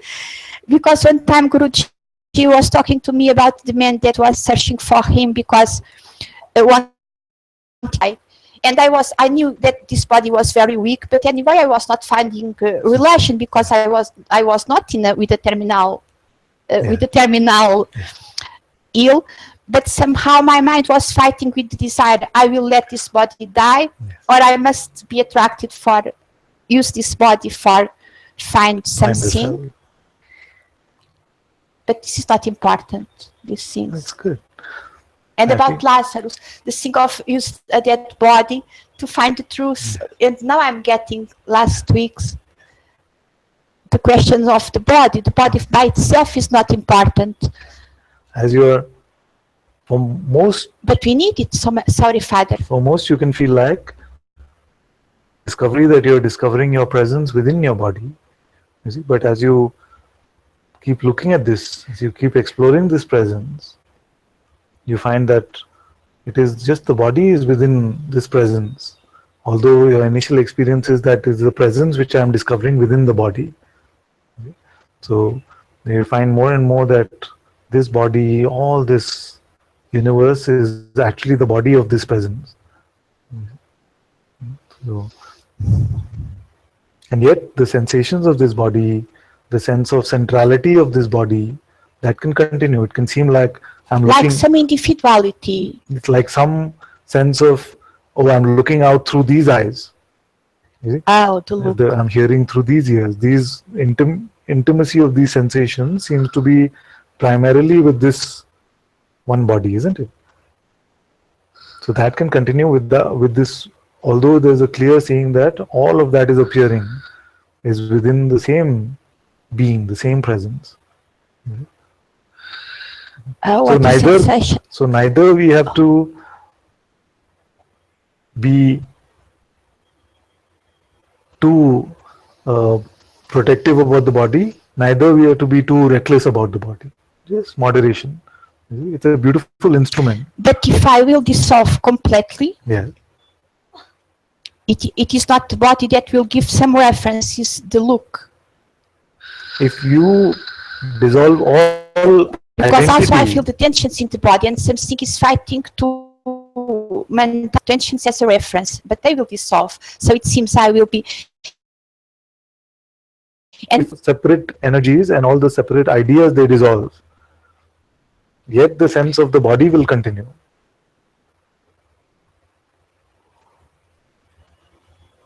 But it's not this sense that will give reference. No. It is not the body which will give reference. It is your presence, I am, which will give reference to the body also. You're feeling the body is giving reference. Actually, it is the sense of presence which is giving reference. And I feel like a big emptiness, like waiting for me. Yes. So the true point of reference will I be don't your feel own what is sense of being. awareness. I don't know what thing. I don't know what it is awareness. I don't feel awareness. It is my illness. No, it's Okay. you know, but the term might be confusing. The word might be confusing, but it's okay. For me, it is very confusing. Because you say that I can experience a presence here, I can feel a presence here. That means you are aware of the presence. That is only awareness. A spice is sucking me. You are aware of that. Mind is mind. Whatever it might be, It's mine. you are aware of it, It will isn't it? dissolve. Whatever the movement might be. But I'm afraid of let look. Yes. This look is mine. It will go. That is why we are in and I will Satsang. be nothing, nothing, nothing. That is why we are in Satsang. Because That's why I'm so angry. we are afraid not to be a person. That's why I'm so angry. Because something wants to fight that, no? You were saying or someone was And saying. also, it was so obvious in us because I was feeling energetically here. Yeah. Not in a very mental way, but I feel in the body. Okay, Father. Thank you.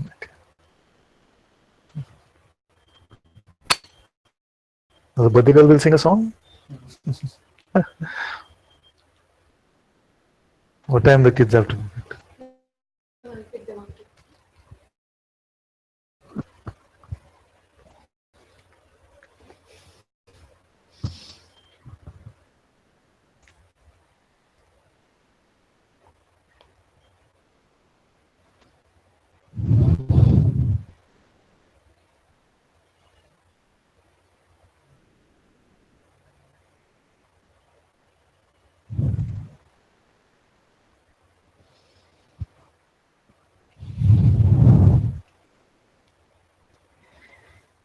Radhe Govind, Radhe Govind, Radhe Govind, Bhajo Radhe Govind, Radhe Govind, Radhe Govind, Radhe Govind, Bhajo Radhe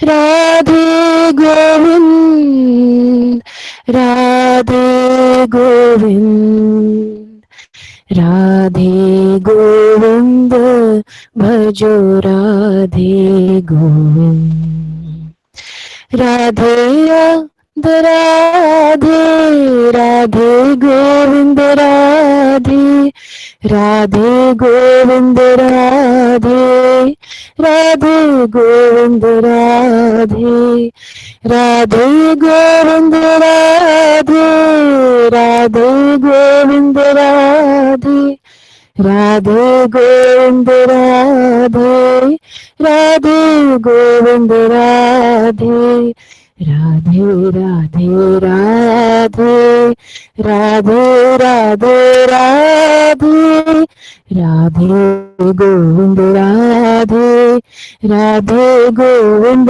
Radhe, Radhe Govind, Radhe Govind, Radhe Govind, Bhajo Radhe Govind, Radhe Govind, Radhe Govind, Radhe Govind, Bhajo Radhe Govind, Radhe Govind Radhe, Radhe Govind Radhe, Radhe Govind Radhe, Radhe Govind Radhe, Radhe Govind Radhe, Radhe Govind Radhe, Radhe Govind Radhe,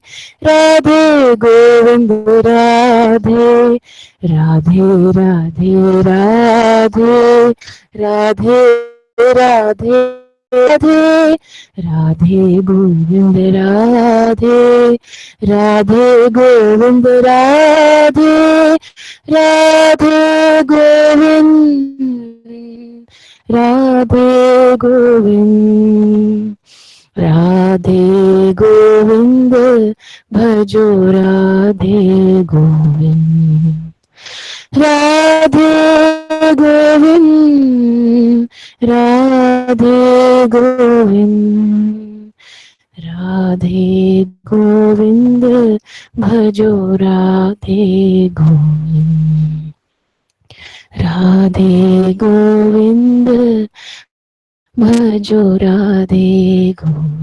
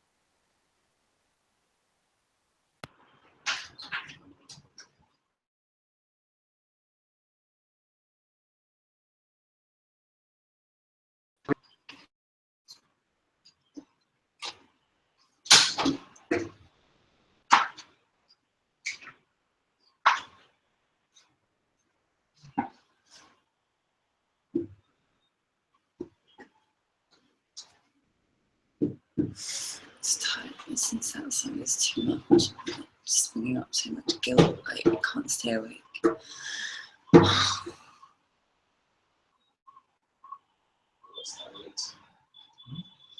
We talk after this one.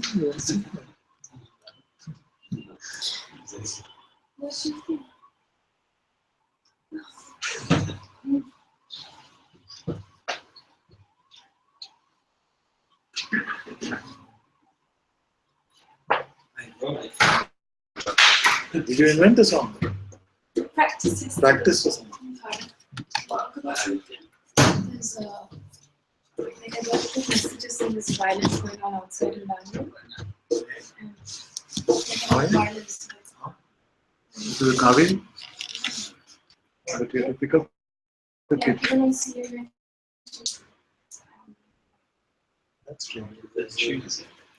I don't know, like I don't know what. The time of the kids school getting over. Right.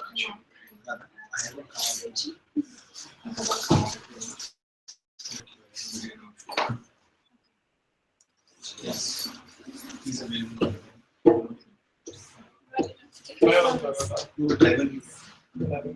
So even the yogis kind thing should be okay. I mean, somebody just wants to go out. The evening should be fine. You can go home. I don't want to cancel that. Evening should be fine. Evening should be fine. What time is it? 7? 7. So can I take your driver? Can I take the car to pick up the kids? Yes. And then they can drop me off. You can just come back to me later. Yeah.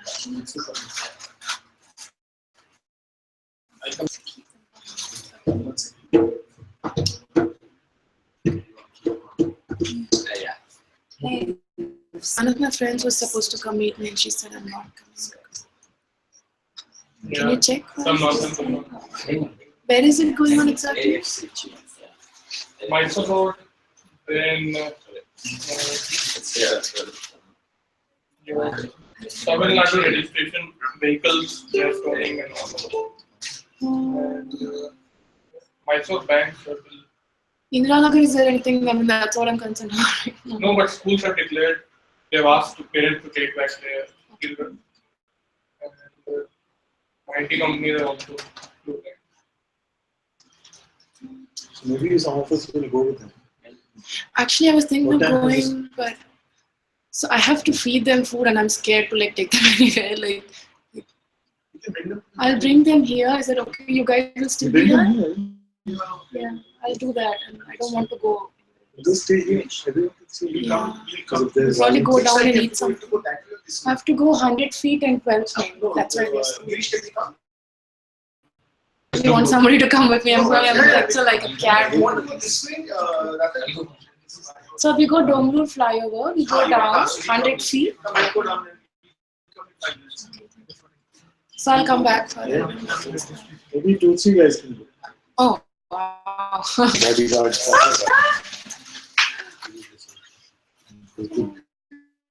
ऐसा कितना जवान Yeah, that is. That's break my hand. lots, I think, in this watching rather than naturally me. And then as I was just, I kept seeing something out of my peripheral vision. Yeah. Like these hand movements like this. Jabs. Yeah. Oh, we should have Zia sitting here. And others still go. There's some ride happening. You also heard about it? Yeah, it Also was here? stayed put for some time. Who said? My husband and the driver downstairs. He's saying. Can you call the school then? So my daughter will be going to my Where's friend's house. the kids' school? Radha, where's the kids' Oh, school? my kids' school is 100 feet and 12 feet. Where is Shamik? It's in the office. It's happening in there, something. Don't do. Yeah, I think. Yeah, don't do this thing. Something is Let happening. me call now. Okay, shall we say bye to everyone and then look at the one? Maybe we sing in a while, Petri? Maybe we'll sing in a while, we just look at this issue. Okay, it seems there's a riot happening on my road, so we'll say bye to all of you and see what happened after that. I enjoy these moments. Thank you all so very much for being in Satsang today. Guru Ji ki jai.